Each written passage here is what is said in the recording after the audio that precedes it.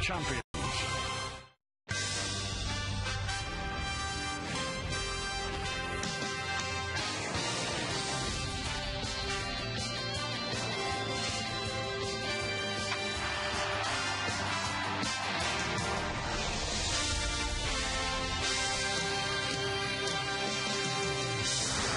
An overcast evening here at Yankee Stadium, but the Orioles are in town. Fans are making their way into the ballpark. Should be another big crowd. And you know why? Because the big man joins the band tonight as he tries to keep the Yankees' hot streak going.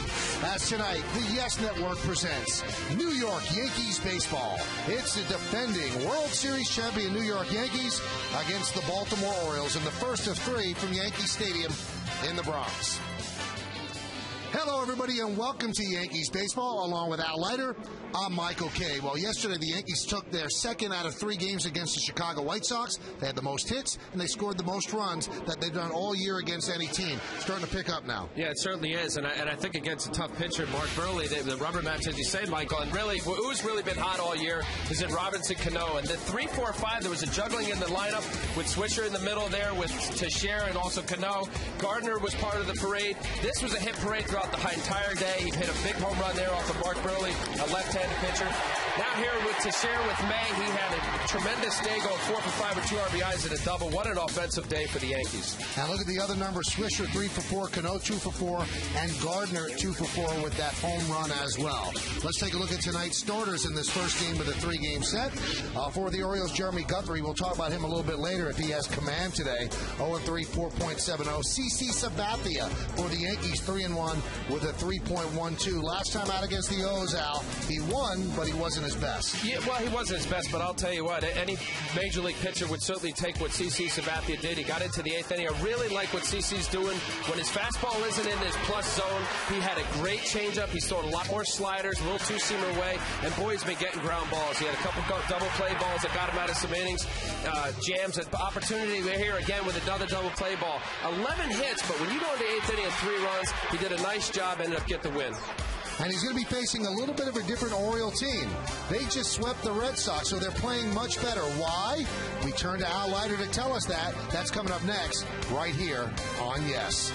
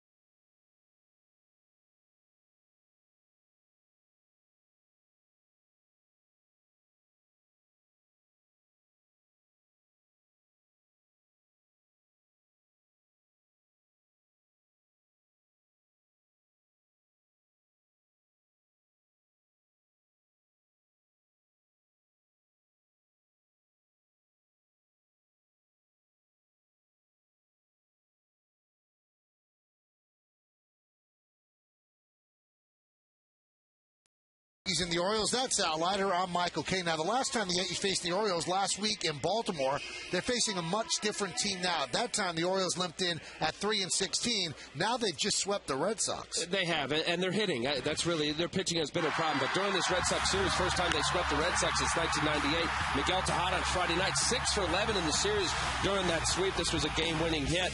And then Ty Wingleton on Saturday had 2 home runs. But yesterday, this was a game-winning hit yesterday to beat the Red Sox. As a team, the Orioles were 3-0-1 with 20 runs during that sweep of the Red Sox. 31 hits in this 3-game set. And that's the difference between these two series against the Yankees, 1-2. Although there's a chance to win another game, 3-0 against Boston. Look how many more runs they scored, how much better their average was. The ERA, about the same, but when you score enough runs, you'll be able to win some games. And the Red Sox certainly are struggling, and the Orioles now feel better about themselves coming into this series. Coming up, the Yankees get their gold gloves. Derek Jeter, Mark Teixeira, something that can be cherished along with the World Series rings from last year. Also coming up, lineups, first pitch, baseball, that's next, right here on Yes.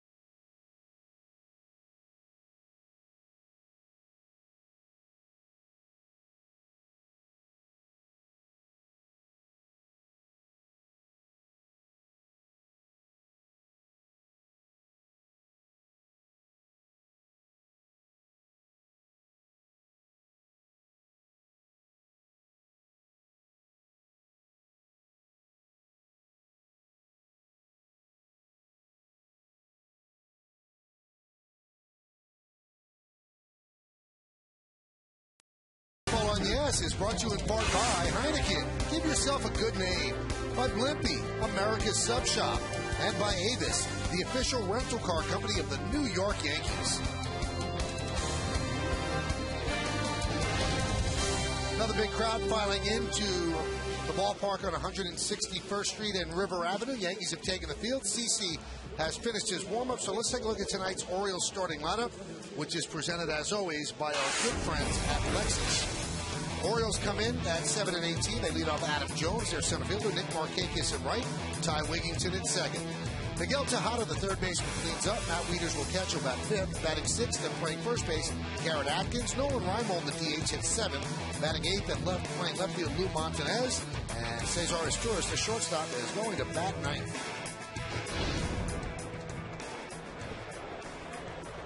And there is CeCe Sabathia, Karsten Charles. Gotten off to a good start, 3-1 with a 3.12 ERA. 28 strikeouts in 34 and 2/3 innings, 25 hits, 12 walks, opponents hitting 12 against him. We'll have the scouting report in just a moment. Sabathia is ready, Adam Jones is ready, and the left-hander deals. First pitch swung and fouled away, and we are underway. Let's take a look at the G pitcher scouting report. Give me the ball. How about this? Since 2007 through 2009, he's the only pitcher to have thrown at least 34 starts in each season. Love the Birds. He's 10-1 at 15 career starts. Most wins against any AL East team. And here in the Bronx, he's undefeated in his last 8 starts, dating back to the last All-Star game. 6-0 with a 1.62 ERA here at Yankee Stadium. Adam Jones fouls one off his foot. Now, when the Yankees played the Orioles, Adam Jones looked lost at the plate. Didn't seem like he had a chance. He had the long swing that he had corrected before last year. And then, boom, the Red Sox come to town, and he was 7 for 14 against them and kind of straightened things out. Now his average is getting up to some respectability. Well, he did have that injury at the end of last season, just hitting off his ankle there or in their instep. You know what, really, first of all, I love this kid. I think it was a great trade that they made for him from Seattle to come over for the Eric Bedard trade. He's very athletic, and there's a lot to like about him. There's Terry Crowley, the Oriole hitting coach. And it's a matter of being comfortable, Michael. In most cases, as you just described it, you know, he was swinging at bad pitches. And ultimately, when a young player, old player, it's about getting your pitch to drive. And if you're in bad counts and you end up swinging at balls, pitchers, pitches, balls out of the zone, it'll result in slumps or a low batting average. He has been hitting much better of late, but a very, very athletic player. The 0-2. Won his first Gold Glove last year for the Orioles. I think he's a cornerstone type player that the Orioles will count on, certainly in the future, with Nick Markakis being in the middle of that, along with Matt Wieters, their catcher. The 1-2. Soft ground ball to short. Jeter charges, and there's one away. Hey, you're already seeing the shortstop. Let's take a look at the entire Yankee defense, brought to you by Mercedes. In the outfield, Randy Winn gets start left, Brett Gardner in center, and Nick Swisher is in right. In the infield, Alex Rodriguez back in the lineup. And there's Jeter, Cano, and Teixeira. Posada behind the plate. CC Sabathia is on the mound.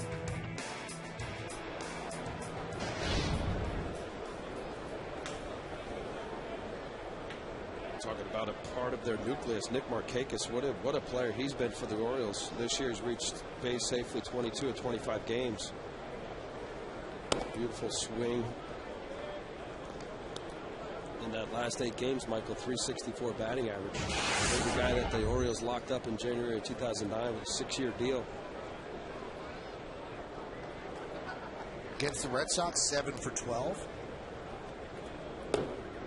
Now, the whole Oriole lineup is a little out of sync because they don't have Brian Roberts out with a bad back, and Roberts is your prototypical leadoff man. Adam Jones is more toward the middle of the order, or at least second. Nick Markakis is not a number 2 batter. He's really a number 3, even a cleanup batter, so it's not exactly the way it was drawn up. Yeah, they're not sure about Brian Roberts, an excellent player, all-star player, as to when he'll be back. It's a herniated disc issue with Brian Robertson. They're just trying to figure out how to fill that gap. Also at second base, Ty Wigginton now seems to be the player who'll be playing second base most of the time. Let's look at the game time weather conditions presented by Bigelow Tea. 74 degrees, high humidity, 7 miles per hour is the wind, and the forecast is for clearing, so it looks like maybe we beat the rain.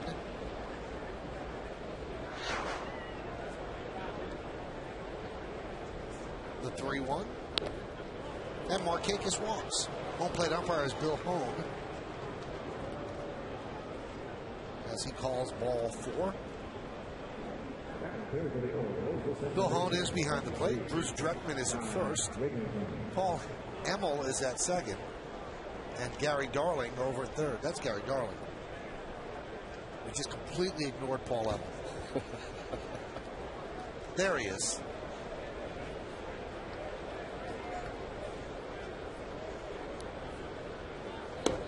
Wigginton swings and misses. 6 for 18 in that sweep of the Red Sox. Big slow curveball from CC Sabathia. See pulling the trigger here. Ty Wigginton's a guy that just swings early in the count. He's always been a very good fastball hitter. Reason why CC Sabathia along with Posada are throwing early off-speed pitches.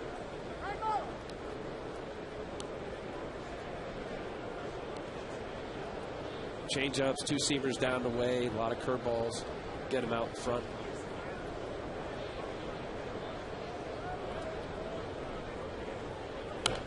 Foul back.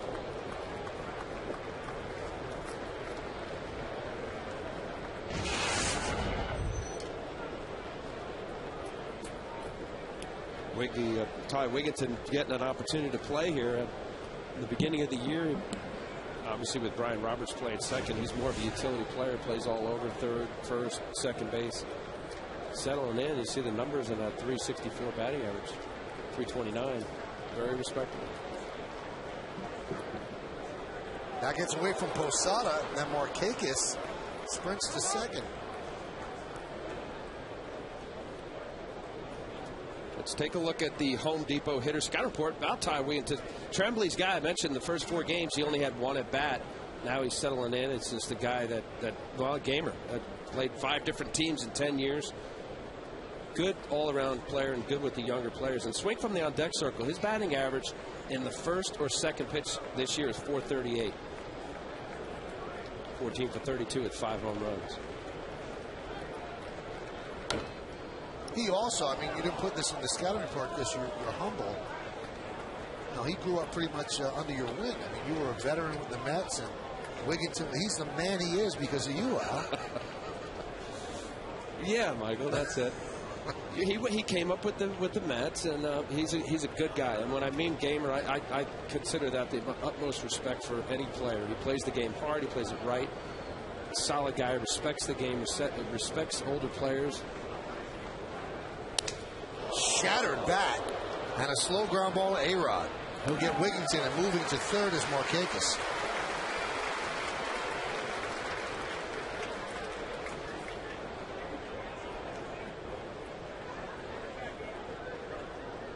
So there's 2 down. Yeah, that's definitely firewood. That's not just a little broken bat. He just got all in his kitchen inside corner. Watch this ball just cut in perfectly inside, pulling the trigger, realizing at that point he's either got to swing because it may be a strike. That's the effectiveness of a really. Oh boy, that's embarrassing. A little. You're holding. This is complete shattered bat.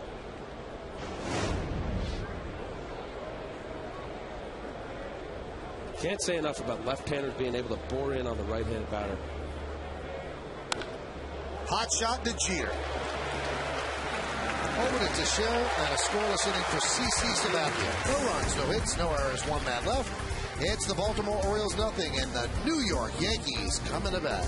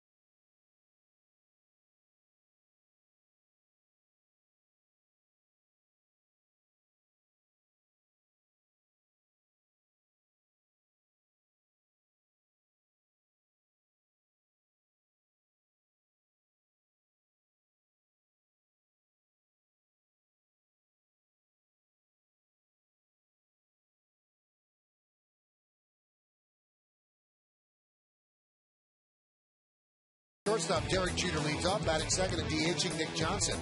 Mark Teixeira's at first base. He'll hit third. Back in the lineup and playing third base and cleaning up, Alex Rodriguez. Robinson Cano at second. Jorge Posada will catch. Nick Swisher's in right, batting seventh, batting eighth. And playing center field, Brett Gardner and Randy Woods in left field. Let's get bat ninth. On the mound for the Orioles, 30-year-old right-hander Jeremy Guthrie in that last start against the Yankees. He got the loss, didn't get out of the fifth inning. His numbers for the season. This will be a 6-start, 0-3 record, a 4.70 ERA. Very erratic with his command. Even though only 6 walks, he's got a lot of movement on the baseball. Sometimes doesn't know exactly where he's putting it.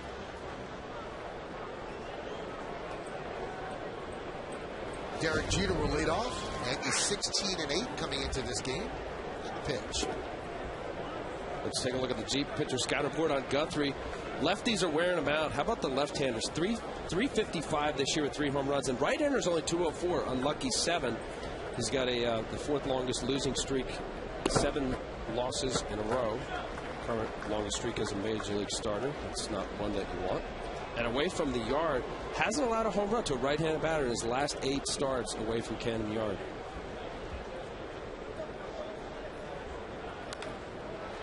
Ground ball to second. And there's one away. Let's take a look at the Orioles defense, brought to you by Mercedes. First in the outfield, Lou Montanez at left, Adam Jones in center, and Nick Markakis over right. In the infield, Tejada, Torres, Wigginton, and Atkins. That's third to first. The youngster Wieters behind the plate, and Guthrie is on the mound. There's Nick Johnson, got a big RBI double late in the game yesterday, 2-run double actually. Maybe that breaks him out of this slump. Takes a pitch outside, 1-0.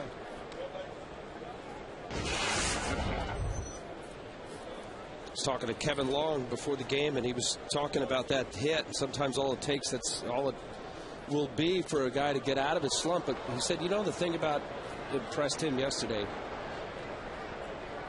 as that ball almost was close enough for Tejada to catch, was that he hit many of his balls to the left side.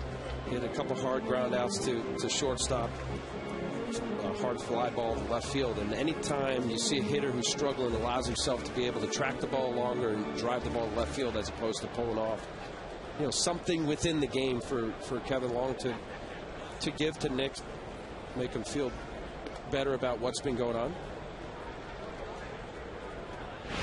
This was a double yesterday, and his last at bat ended up getting a couple RBIs for it. Stayed on that ball, split the gap in left center field. Nice way for him to end the day for Nick Johnson, also the Yankees. So he's worked the count to 3-1.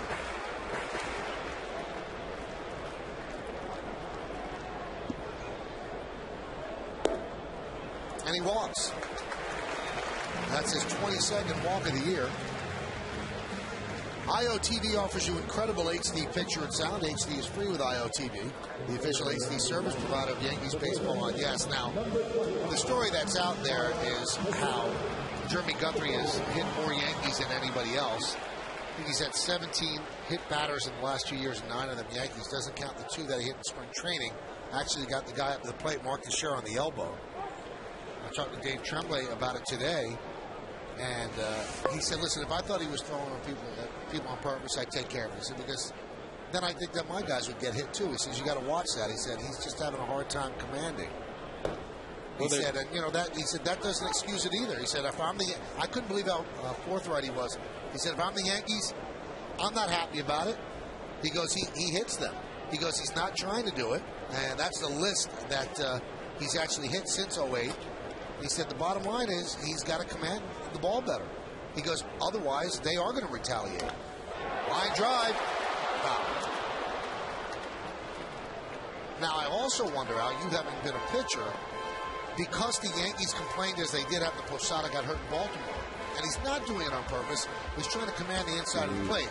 Is that going to psychologically take the inside pitch away from him because he doesn't want to hit anybody? Everything that you're bringing up is completely legitimate, because having been there, where you're not always precise where you put the ball, and everybody is saying the right thing, but the bottom line is, when a guy gets hit, it hurts. And even though Girardi or any manager doesn't think it's on purpose.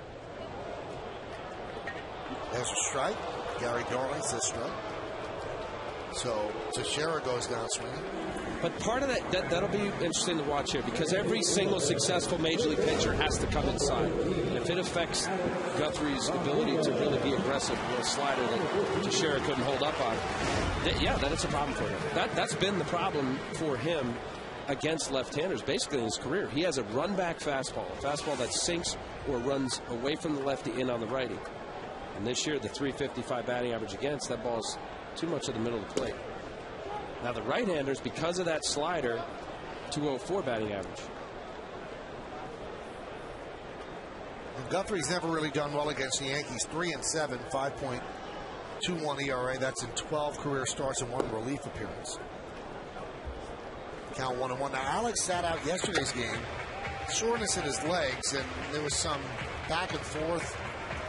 Was he injured? And Joe Girardi said he wasn't injured. He's just sore. And Alex didn't talk to the media yesterday. Today he did. He said, I think there's a cramp behind my right knee, so I'm fine. He said, there's no story here at all. I'm all good. And here he is in the lineup playing third base. Yankees' first month was injury-free, and then Granderson goes down, and according to Girardi, probably going to be out a month. And then everybody got nervous when Alex wasn't in the lineup yesterday, but here he is back. Grounded in the hole, backhanded by Asturias. They go the short way, and that will do it for Guthrie against the Yankees. Yankees don't score. They leave 1. We go to the second. There's no score on Yes.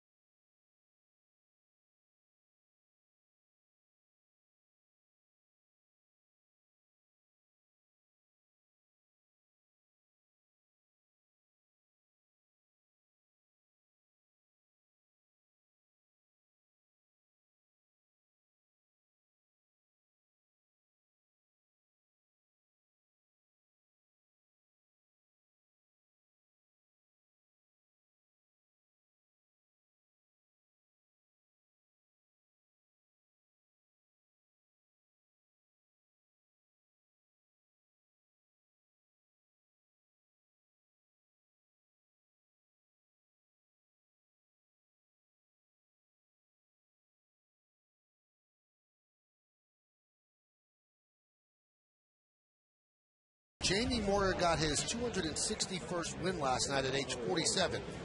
Will he get to 300? You can text your vote to 58772. Standard text messaging rates apply. My vote would be no, he can't. I don't know if he has 39 more wins in him.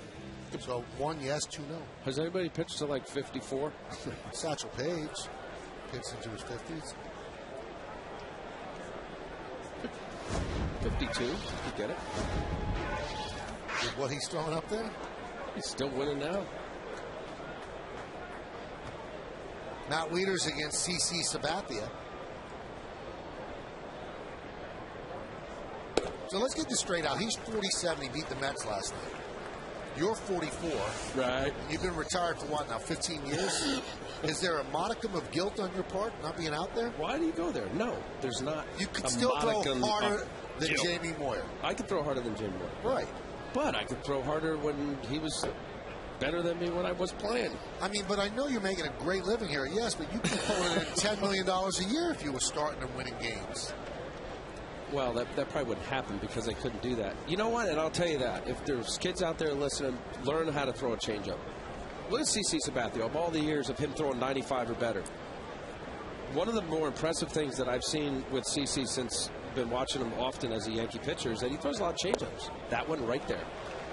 That is a tough pitch. You talk to any good major league hitter, and they'll say a good changeup with great arm speed is the hardest pitch to hit. Isn't that great? His changeup is faster than Jamie Moyer's. Look at fastball. the grip. Look at that beautiful, beautiful shot right there. It's a pitch, and if you throw it right, there's no torque on your elbow. You don't have to worry about Tommy John surgery. So are you teaching your son Jack the changeup? Yes. How is he? Well, no, he doesn't. His fastball right now is his changeup. Although he threw three perfect innings the other day. Really? I'll tell you. Does he throw strikes? Yeah. So he takes after Lori. Definitely not me. Yeah, painful 100 pitches in 5 innings.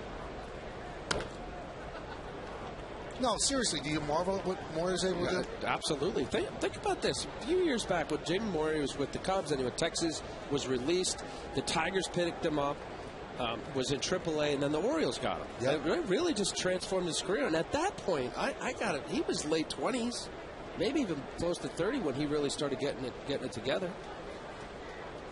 I think of Jimmy Key, guy I played with. That one's driven to right field and deep. Going back, Swisher, still back, turning, looking. See ya. Wieters goes the other way, a solo home run, and the Orioles lead 1-0.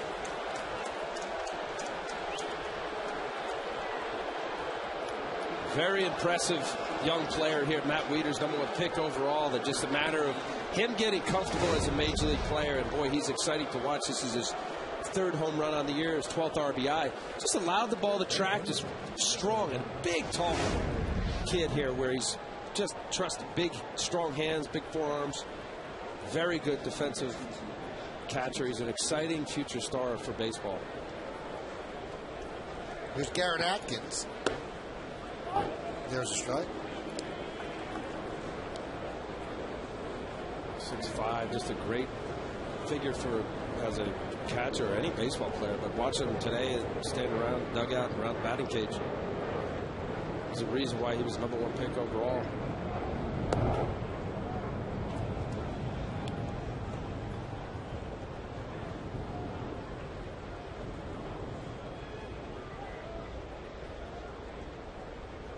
He looks young.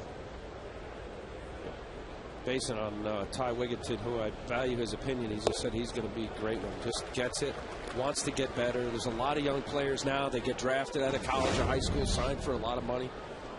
Look at the yes-mo. This is our super, super, super slow-mo. Now watch here if we get a chance to see him put his foot down and look at how late he was able to track that ball. That's 92 mile-an-hour fastball. Look at the finish. Strike 3, Atkins down looking. That's a great shot right there. Just a lock-up fastball inside corner. I like it. Bell tie inside part of the plate. Atkins does not. He's been struggling since coming over from the Colorado Rockies. Bill Hahn, the home plate umpire. High strike. When I just watched that yes-mo, something struck me, and I want to see if you take a look at it, if it strikes you as wrong, and you went through it. Here's Nolan Reimold. That one's foul back. Watch his arm. Watch how his arm torques there and how his skin, all the torque. It's amazing. Yeah. It's the fastest known motion to man, to an athletic event or any event, that the rotation, full rotation of a shoulder is 6,800 miles per second a pitcher throws.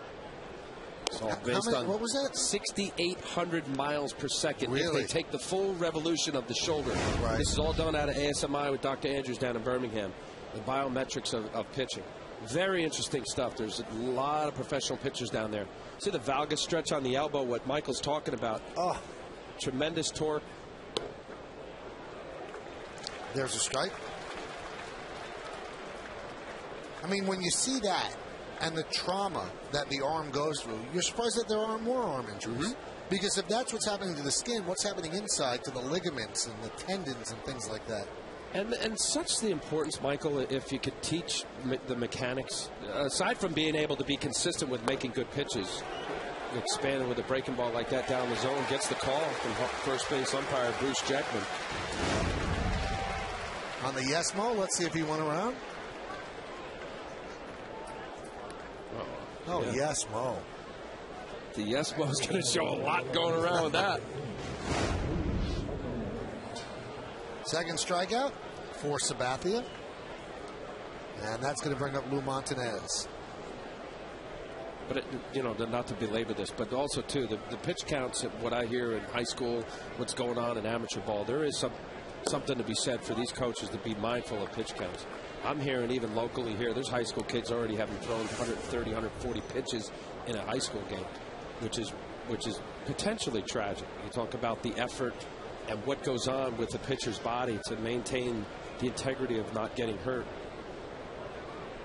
And these coaches around America know pitch counts. I mean, heck, every broadcast now is, showing the pitch counts as often as we do.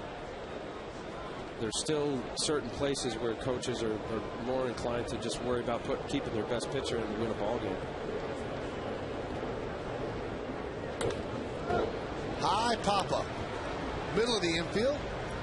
Derek Jeter will put it away, and that'll do it. So Matt Wieters, an opposite field home run, and after that, 3 in a row by Sabathia. So after an inning and a half, thanks to this swing by Wieters, it is 1-0 Orioles over the Yanks.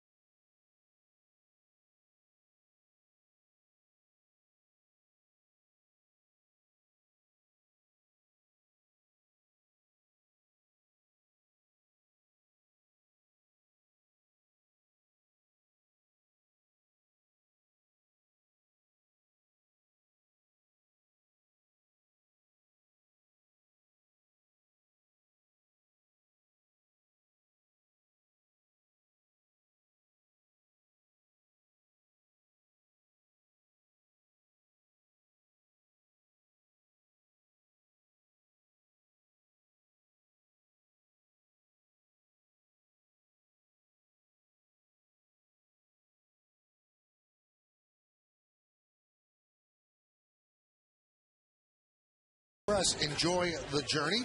2 more games against the Orioles tomorrow night, and then Wednesday afternoon. Thursday's an off day. Then on to the road again. Boston, Friday night, Saturday afternoon, and Sunday night. And then 4 games in Detroit with 3 at night, and then the final game on Thursday, the 13th, a 105 game.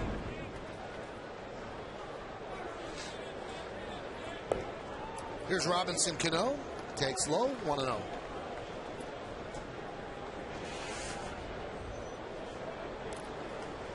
.387, that leads the major leagues. Cano and BP putting on a show and really blasted this one. We have never seen a ball go up over the restaurant in center field, and he's telling everybody. Did you see that? That is far. What would be the distance there? I don't know, Al. It's 408 to dead center.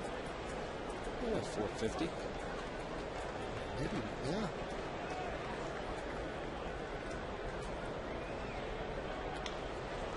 High fly ball. Left field. And they're one out. There's one out. Now, at the old stadium, the black was the landing area of prodigious home runs. The first guy to ever do it was our partner, Kenny Singleton. When the new place opened, now it's the old place, but it was a new place then. Russell Branyan is the only guy to hit the restaurant, the black of the restaurant, in a game. So that could be the new black. People have hit it over the 408 market into Monument Park, but hitting the blacks is one guy, Russell Branyan.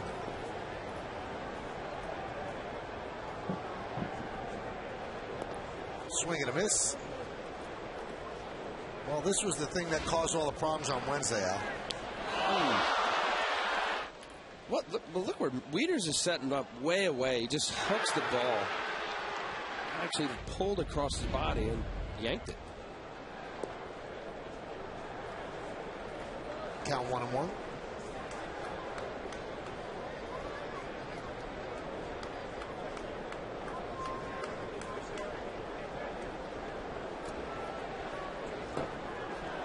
Swing and a miss. Guthrie's one of those guys that has stuff that would dictate that he should win games. Now, he's not pitching on a great team, but he should win more than he does. He should be more consistent than he is. But he's never been able to harness all that potential and turn it into a winning pitcher. A consistent winning pitcher. Well, he's a Stanford guy. And he's very cerebral and really works on the mechanics and talks about mechanics often. But you wonder, as to support what you say, Mike, he was a #1 draft pick out of college in 2002 by the Indians, and the Indians just let him go.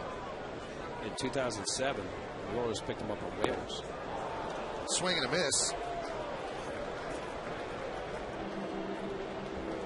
And he doesn't do well against the AL East. That's not fair, though, because those three teams are very good.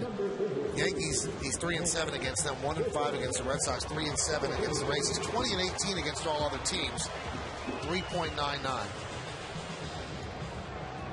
I look at him, though, with his stuff, see if you agree with me.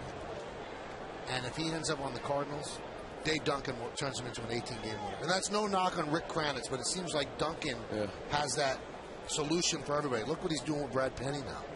Look what he did with Joel Pinheiro. Woody Williams, Todd Stottlemyre, who's the guy? Chris Carpenter. Suppan. Yeah, just on and on. You know, you say that, and it's nothing against Rick Kranitz or any coach. The message is basically the same. It's how it's delivered, and you're right.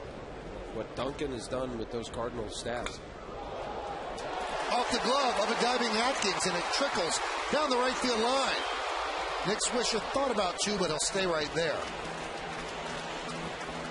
Swisher, who has never really hit well here at Yankee Stadium, he's turned it around over the last couple of days. He sure has. Against the White Sox, he had a heck of a series. This is a nice play just for Atkins to knock the ball down. That ball not knocked down, Swisher easily would have gone into second base for a double.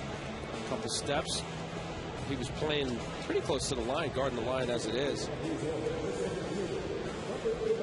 Atkins in a platoon situation, hasn't been playing every day.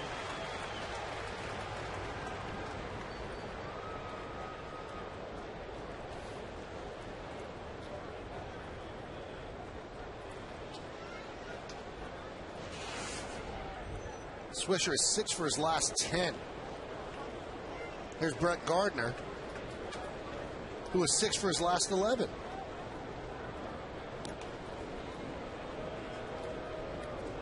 Since April 17th, not too long ago, today's April 3rd, Gardner is 20 for 50. Today's May 3rd, I'm sorry. 20 for 50, so he's hitting 400 over that time.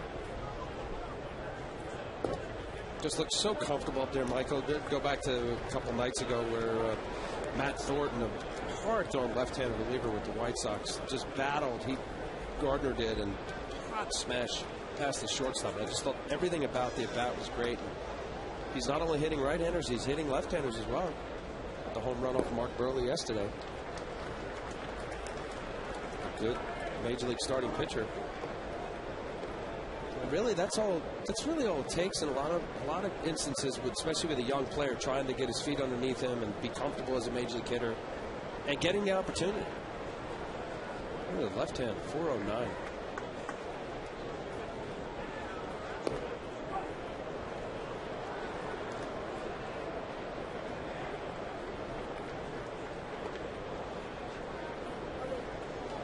And much of this game is about confidence. And you could be a 10, 15-year veteran.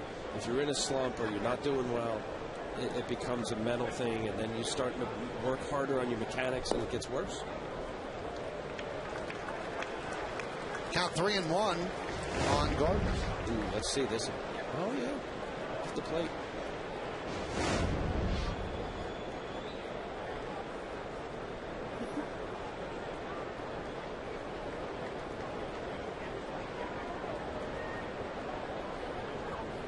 And he walks Gardner. So at the bottom of the order, with 2 outs, Swisher, infield single, and Gardner a walk. That's going to bring up Randy Winn. Stay tuned during the 6th inning for a message from our friends at the Fox Business Network.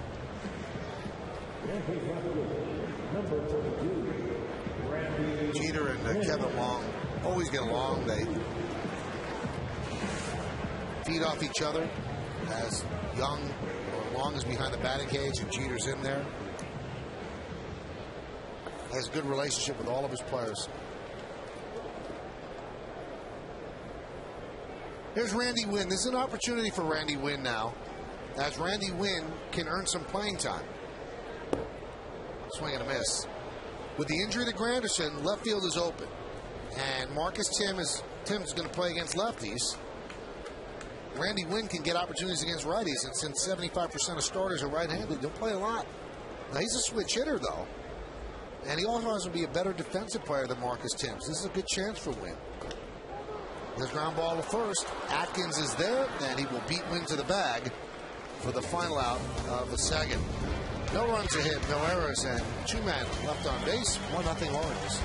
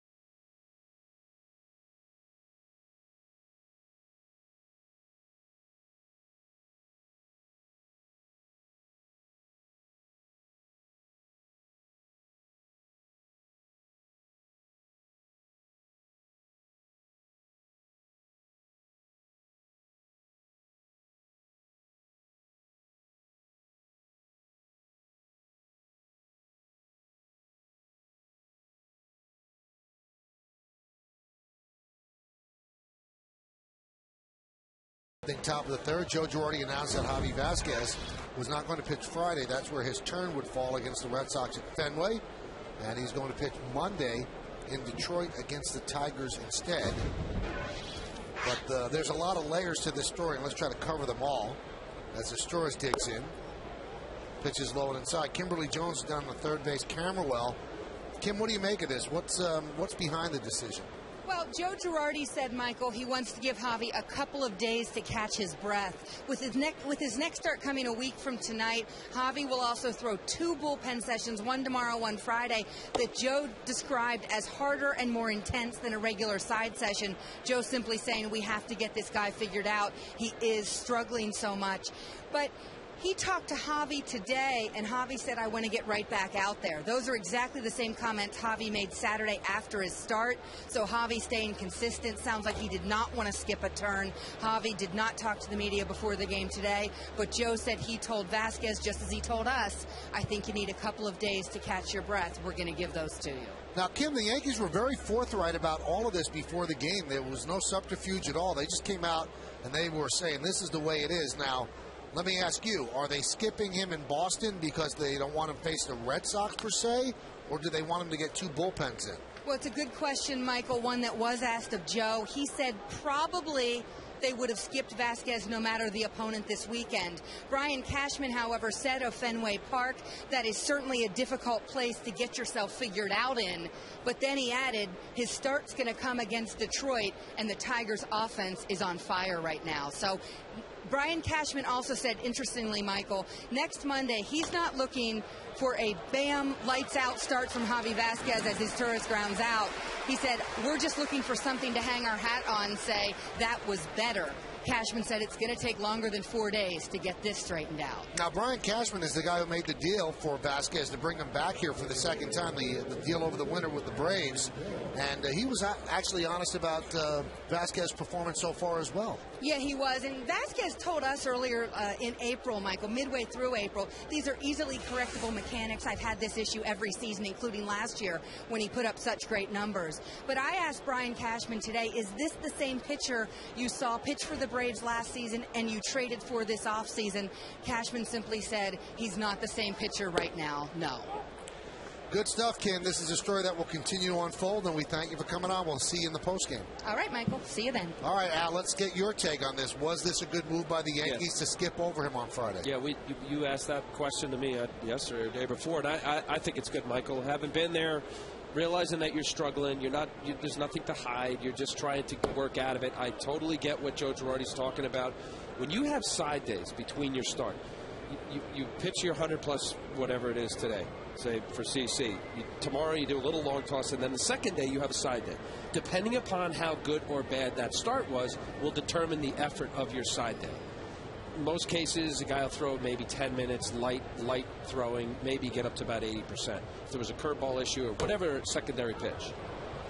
Bunted foul by Adam Jones. And then that's it. You go do your run-in, your weights, you get in the weight room, you get with strength conditioning coordinator the whole bit, and then you'll basically play catch the third and fourth day, and then you get ready for your fifth day. This is something where Dave Allen, the pitching coach, could really hone in and do some significant work, if you will. Two nice side days for Dave to say, hey, look, I know I've been talking about sitting back and we're getting underneath, pushing the ball. We'll try this or whatever. And again, we're not talking about a guy who just got called up maybe a year or two ago. This is a bona fide major league pitcher who has a track record and has been good. I think it's good. I do. Just hopefully for Javi's sake and the Yankees that he takes this opportunity, finds that something, and turns it around. Here's the thing that I don't understand, though, and this is the thing I think what's on everybody's mind. Okay, he's going to have extra time in the bullpen. What if the problem is mental? What are the time in the bullpen? Well, but during this period of time, you get a chance to clear it out. Maybe, talk to different people, and that's part of it. It's mental for even if you don't miss a start, if you have a bad start or two, or as a player, you go for, 1 for 24. It's a constant grind.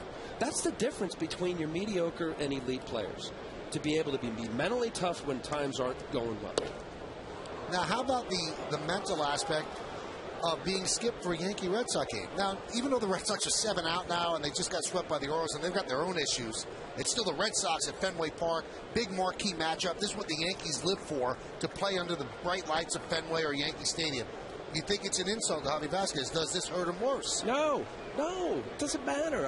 Have you ever been skipped over start? Yes, and I wish I remembered when, and it was into my career, and it wasn't when I was 39 years old. It was somewhere where I would view in my prime, in my early 30s or late 20s.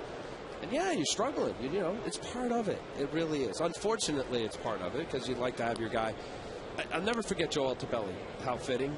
Orioles here. He was a longtime minor league coach. He said, Al, I always thought of this in your 5 starts. I would break your season down in increments of 5 starts because it's roughly a month's worth of starts. 2, you're going to be stellar, you're going to win. The other 2, you're going to be so-so. Maybe get a no decision, maybe get a loss, maybe get a win. And the last one, you stink. You throw it out. In that scenario, you're going to be 18, 11, 18, and 12.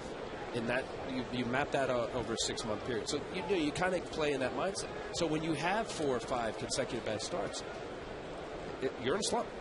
You have to find a way to get out of it.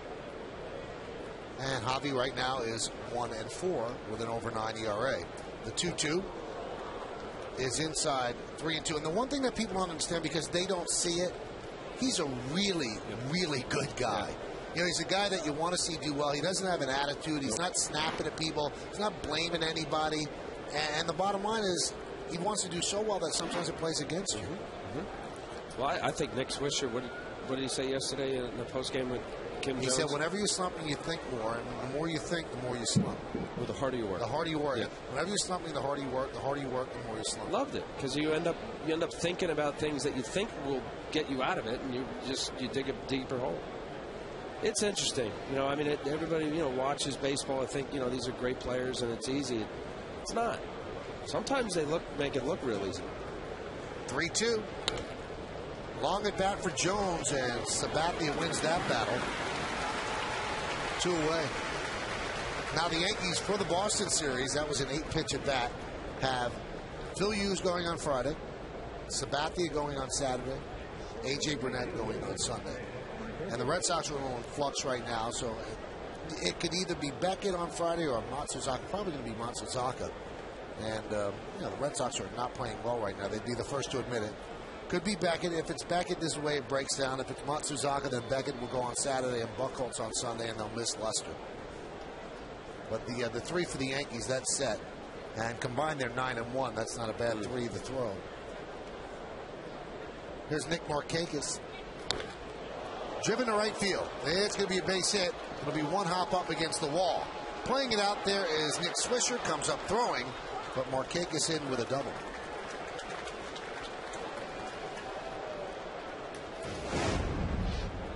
Nick Markakis getting a fastball on the inside part of the plate, pulling his hands in. The old down and in is a sweet spot for any major league left-handed batter. Swisher makes a nice little scoop play here. Just Markakis a little too fast. Easy getting in there for the double. That's his 3rd hit off of CC based on this start and also 5 days ago in Baltimore. There's a tough Ty Wigginton.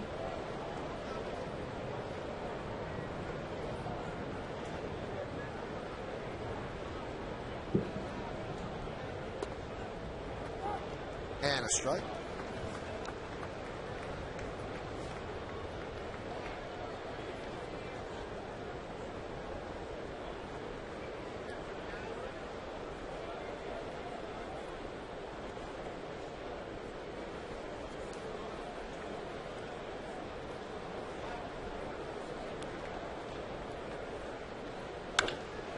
Grounded. Oh, nice play by Alex Rodriguez on a tough hop. Saved a run right there and ends the inning. No runs to hit, no errors, and 1 man left. This came up a little higher and quicker than he wanted to. But in yes mode, looks kind of easy.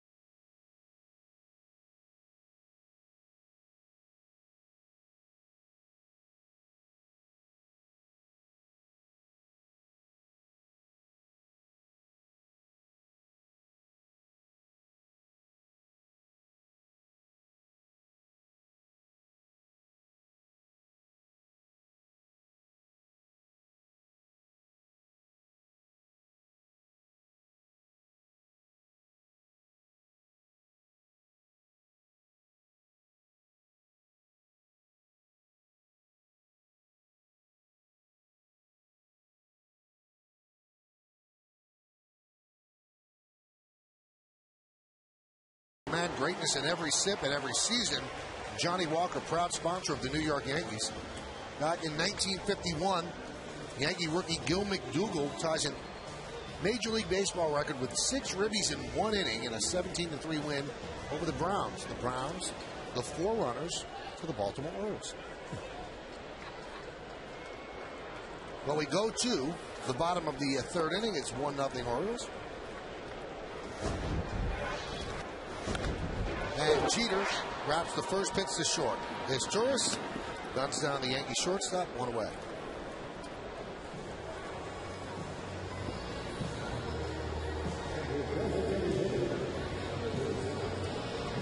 Guthrie at the new Yankee Stadium, 0-2 with a 7.11 ERA. And he has pitched better on the road than at home. 16-15, 4.04 away from Camden Yards, and in Camden Yards, 11-22 with a 4.52. You think it's a small ballpark? Yeah, not much of a shocker there. I think the Orioles have always had a difficult time signing big free agents without having to overpay. They just haven't been very good the last several years to even come close to spending a lot of money on a pitcher. Rip foul. One of the things I never understood about the Orioles' decision-making process, because pitching is so hard to come by, if you develop a pitcher, you have to keep that pitcher.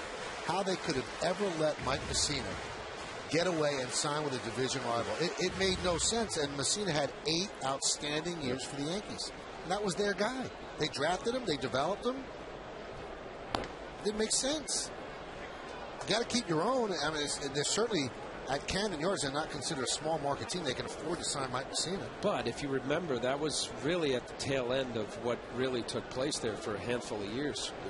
Mid-90s through the late, 97 was about the last 98. Really quality year that they've had. Kind of coincided when he left. Well, true. Yeah. True. No, you don't let. Can't lose an ace. I mean, that guy's an ace. He's #1 pitcher. Borderline Hall of Famer. Yeah. But this is the kind of guy, Guthrie, where in places like that, I think, Michael, of Colorado, where you try to bring in guys that, how do you keep it in the park? Sinker guy, sinker slider. Where you stay away from the hanging curveball guy, or maybe even float a changeup. Guthrie has been that guy. He just hasn't been consistent enough for them.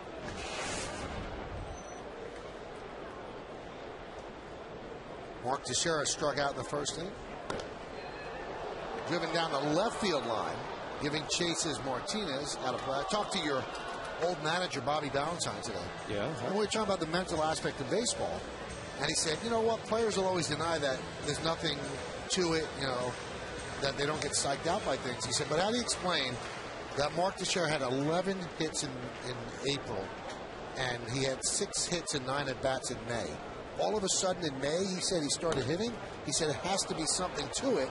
It's a mental aspect of the game that you just have to accept and embrace. He is 0 for 2 tonight as Ty Wigginton puts that away as the Yankees go down in order. 1, 2, 3, an 8-pitch inning for Guthrie. 2 infielders want the put out. Only one gets it, the second baseman.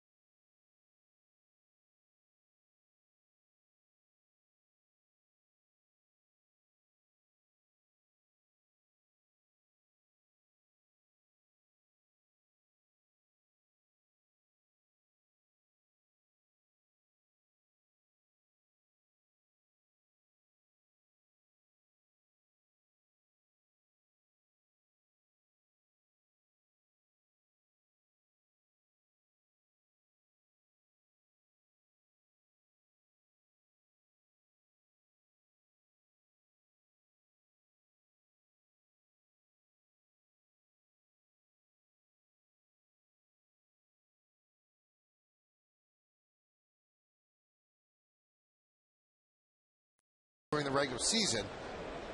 Which active pitcher has hit the most Yankees? We'll find that out in the bottom of the fourth. Miguel Tejada will lead off. And the pitch outside. 1-0. Tejada grounded to short. That was in the first. Second tour of duty with the Orioles. Spent a couple of years with the Astros. Signed here as a free agent. 1-year deal. Play third base. That transition has not gone that smoothly. But he's here to hit. And he's batting cleanup. Obviously, they don't want him to be a complete hack at third base. In his last 10 games, 7 of those multi-hit games. 436. Nobody ever denied the fact this guy can hit. He was a pretty good shortstop, too. Count 3-0. Especially against left-handers. This year, like no other year, 389 against left-handed pitchers. You know what he does? I thought, just haven't seen and faced him enough.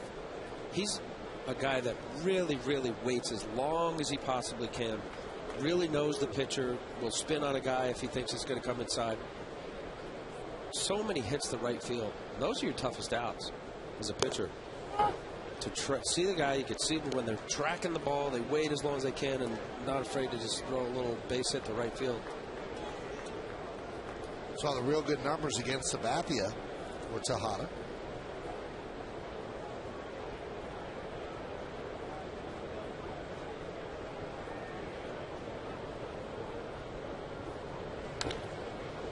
Takes it the other way and grounds it to second. 1 out.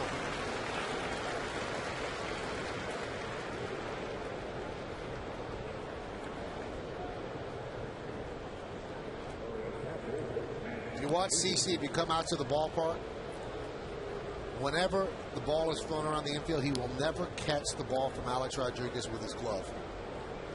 He will always catch it barehanded, every single time. Never uses his glove.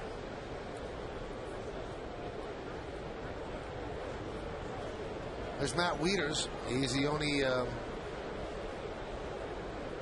person who put a run on the board with a home run in the second to right field.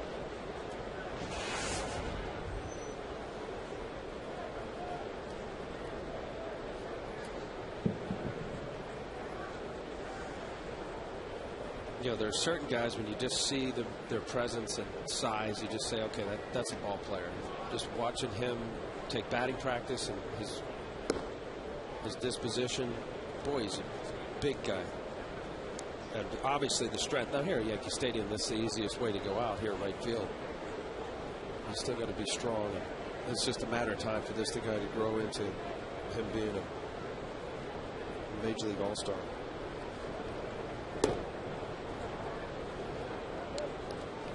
Count 3-0 out of Wieters.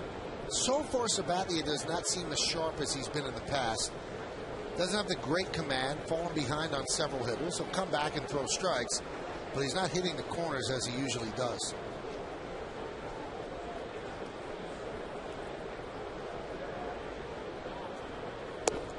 There's a strike, 94-mile-an-hour fastball.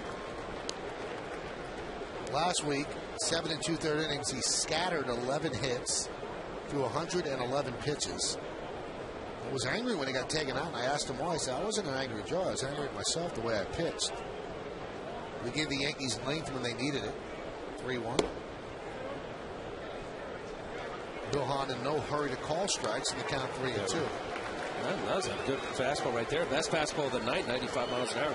To your point, Michael, so far CC has been behind, and because of that, he's been throwing more fastballs. We've been seeing of late more changeups and sliders. Grounded foul outside of third. Took a little off there. You talk about CC Sabathia from 2007 through the World Series last year, 779 innings. Just a horse. Just a true front end guy.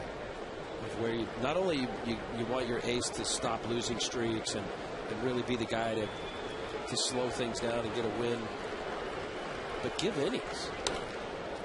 There's a ground ball to short.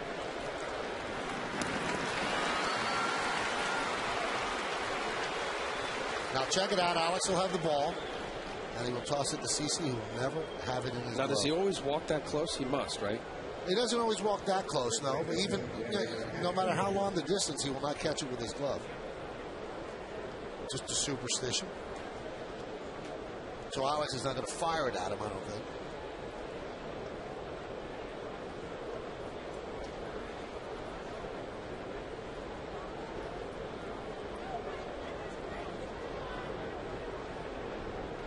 Here's Garrett Atkins. Getting so many more ground balls. CC Sabathia has 11 outs. 8 of them are ground outs. That's that good combination. Hard fastball and then the changeup out in front. His ground ball ratio is higher than it's ever been in his career. That one is past third base and kicks off the wall in left field. And they're going to hold Atkins to a single. Atkins is not very fortunate. Hits a bullet down third base, but it kicks off that wall rather than going into the corner. Atkins struggling, but he's done well against CC. 625 coming into today.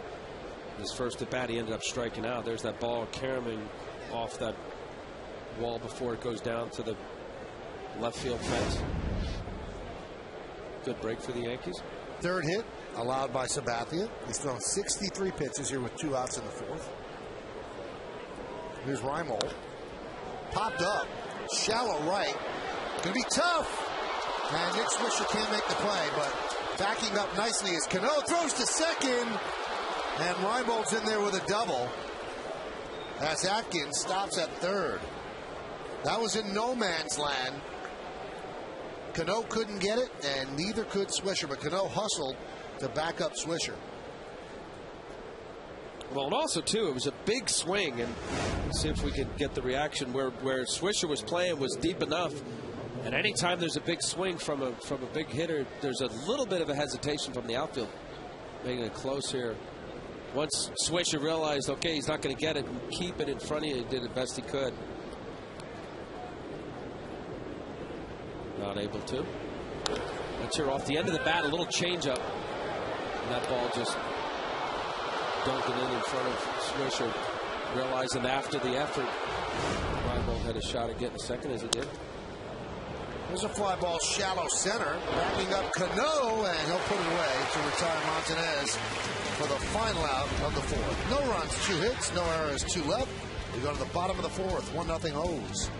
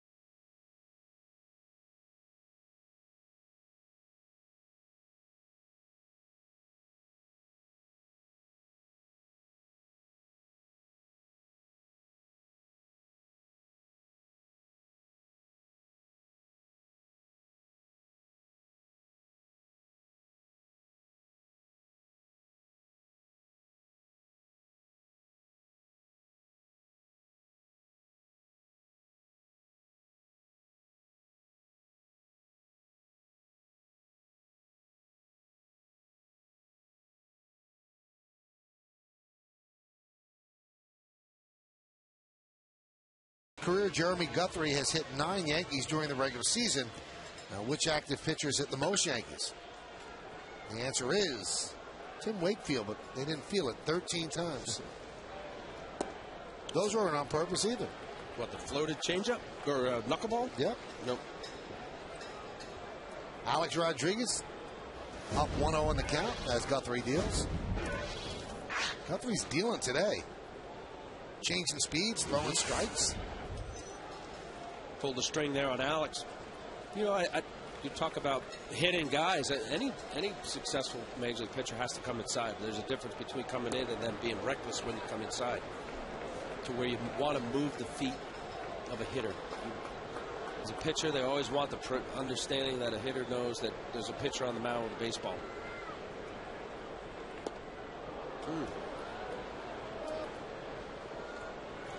Alex has been stuck on 585 home runs. He's one away from tying Oriole great Frank Robinson for 7th place on the all-time home run list. Oriole and Cincinnati Red great. Managed the Indians as a player manager.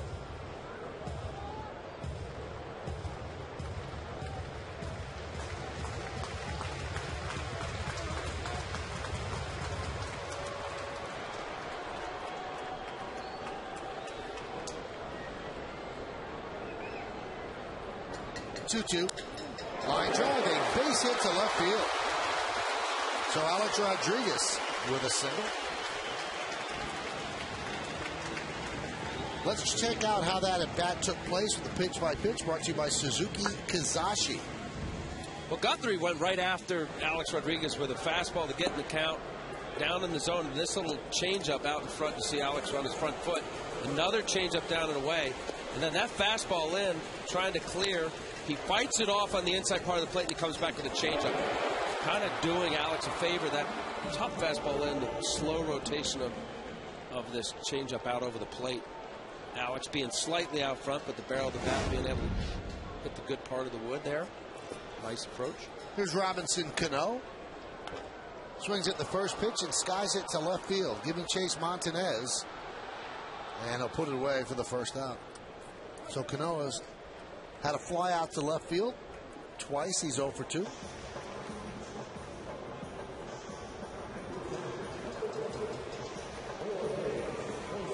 Here's Jorge Posada.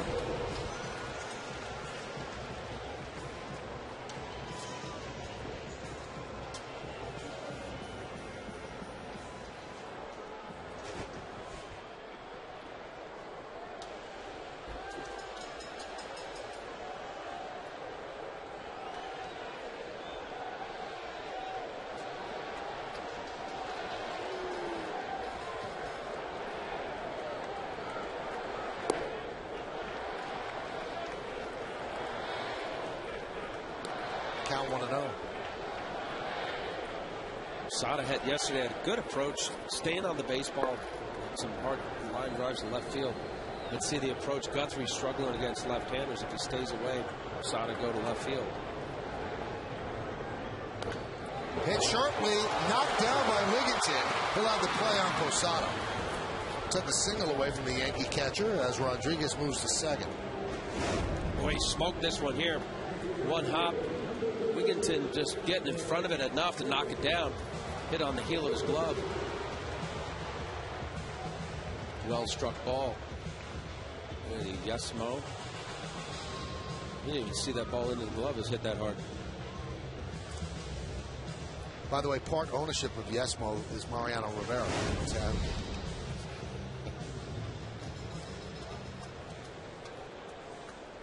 It's good stuff. Here's Swisher.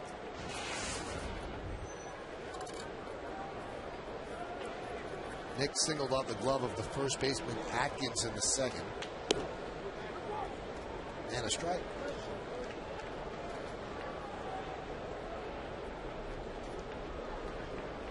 Nick Swisher.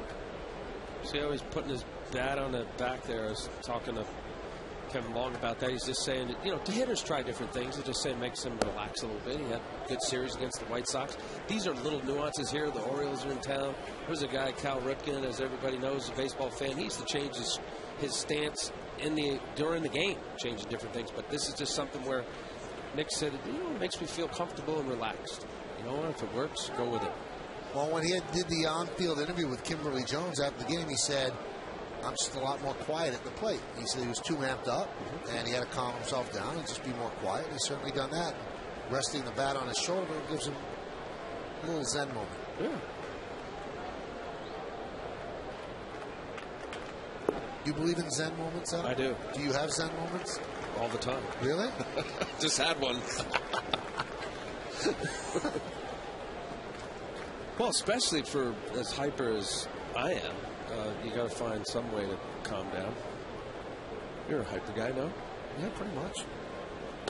That one is driven to right field, deep. Going back, Markakis. He's going to have to play it off the wall. Nick Swisher with a very long RBI single as Alex Rodriguez scores. It is a 1-1 game. Swisher missed a 2-run home run by a couple of feet.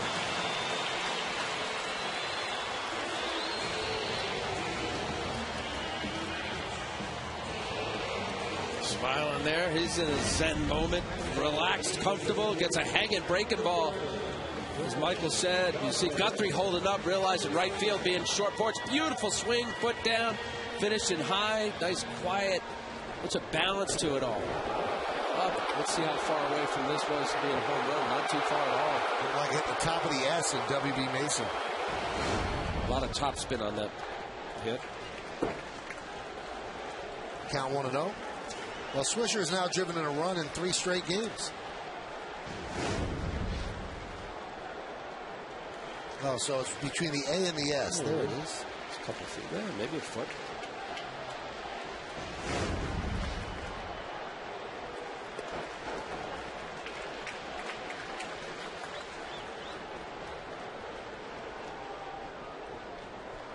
Boy, he really does well against Guthrie. 2 home runs, 12 for 23.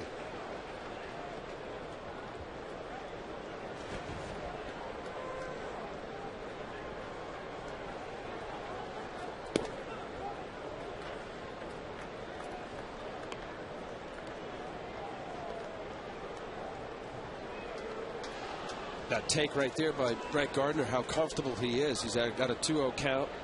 Just wasn't able to pull the trigger. That ball a little too far in for his liking. 2-1. Line drive, a foul ball.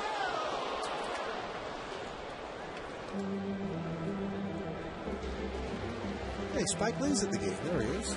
On the Yankee dugout.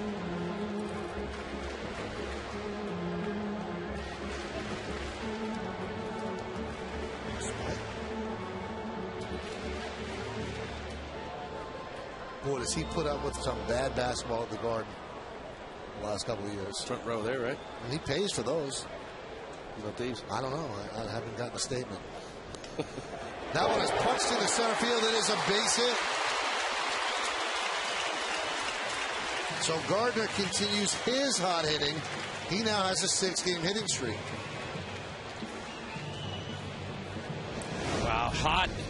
Pulls his hands in on a slider previous. This is a changeup. He's already committed off the end of the bat. His front side is already open. When you're going good like the way Gardner is and some of these Yankee hitters are, the ball will fall in.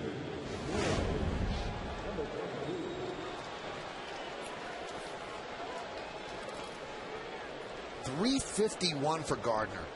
.429 on base percentage. I'd say that's pretty good. And here's Randy Winn. Winn last year, if you didn't follow him, was with the San Francisco Giants. As Wieters goes out to talk with Guthrie. And he hit .262, 2 homers, which was low for him. He's usually a double-figure home run guy, but not high double figures, 10, 12, 14. Had a bad power year. 51 runs batted in 149 games. He's an everyday player. This is the first time he's really come off the bench. Switch hitter. Happens to be a very good outfielder. But he's been having a hard time being a bench player. And that's what he signed with the Yankees to be. But he's going to get a chance to play more. High fly ball. Deep to right center. Going back Jones. Looking up. See ya. 3-run home run. Randy Winn. And the Yankees lead 4-1.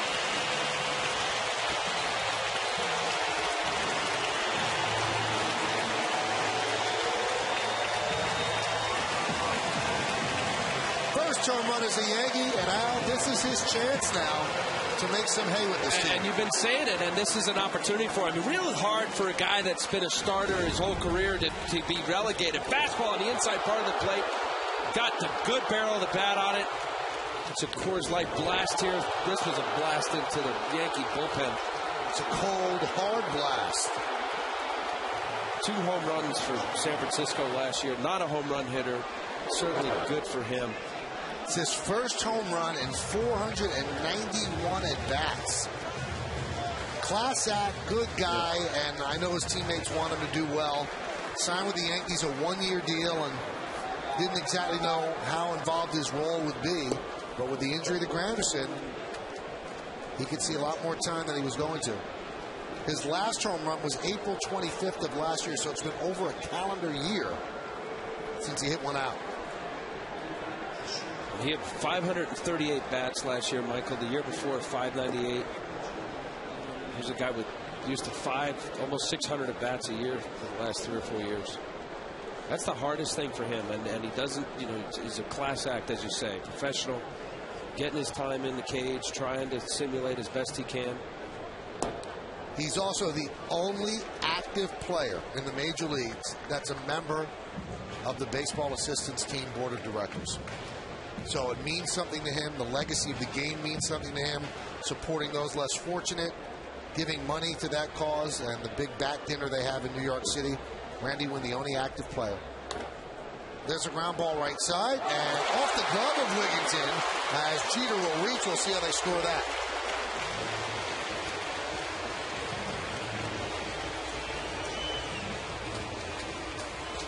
Now, we've shown you Exmo during the game. Watch the Exmo or the Yesmo on a slap on the helmet by Gardner.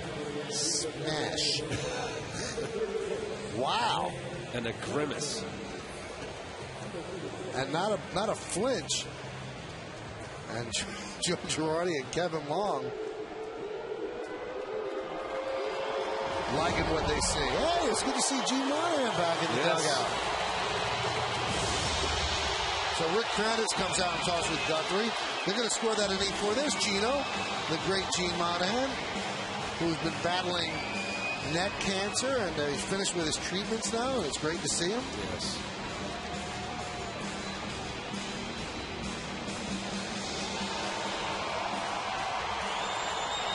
So an E4 charge to Wigginton as Johnson, the 8th Yankee to come to the plate.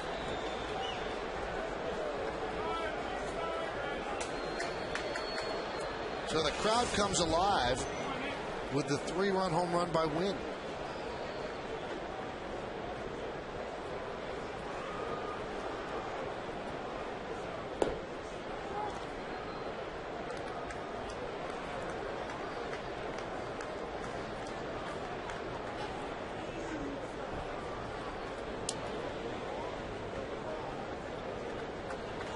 Nick walked and decent fly ball to center field.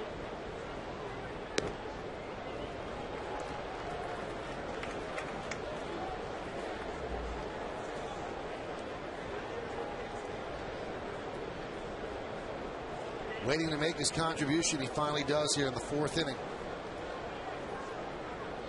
And CC Sabathia, the beneficiary. Hit hard into center field, but Adam Jones right there. But the Yankees get 4 runs on 4 hits, 1 error, and 1 man left. The big blow off the bat of the switch hitter, Randy Winn, from the left side into the seats and right. 3-run shot. 4-1, Yankees lead.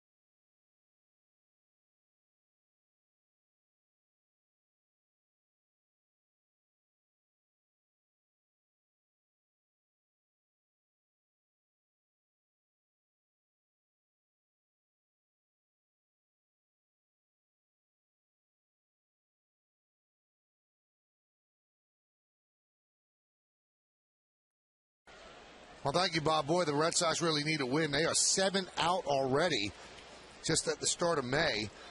They're in 4th place. The Blue Jays 5.5 out. Yankees a game and a half behind the Rays. Rays lost 2 out of 3 to the Royals and actually won yesterday 1-0. And the Orioles 11 back.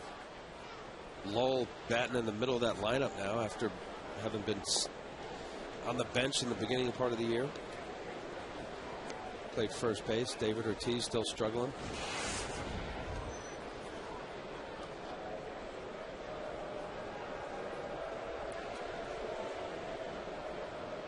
After being swept by the Orioles,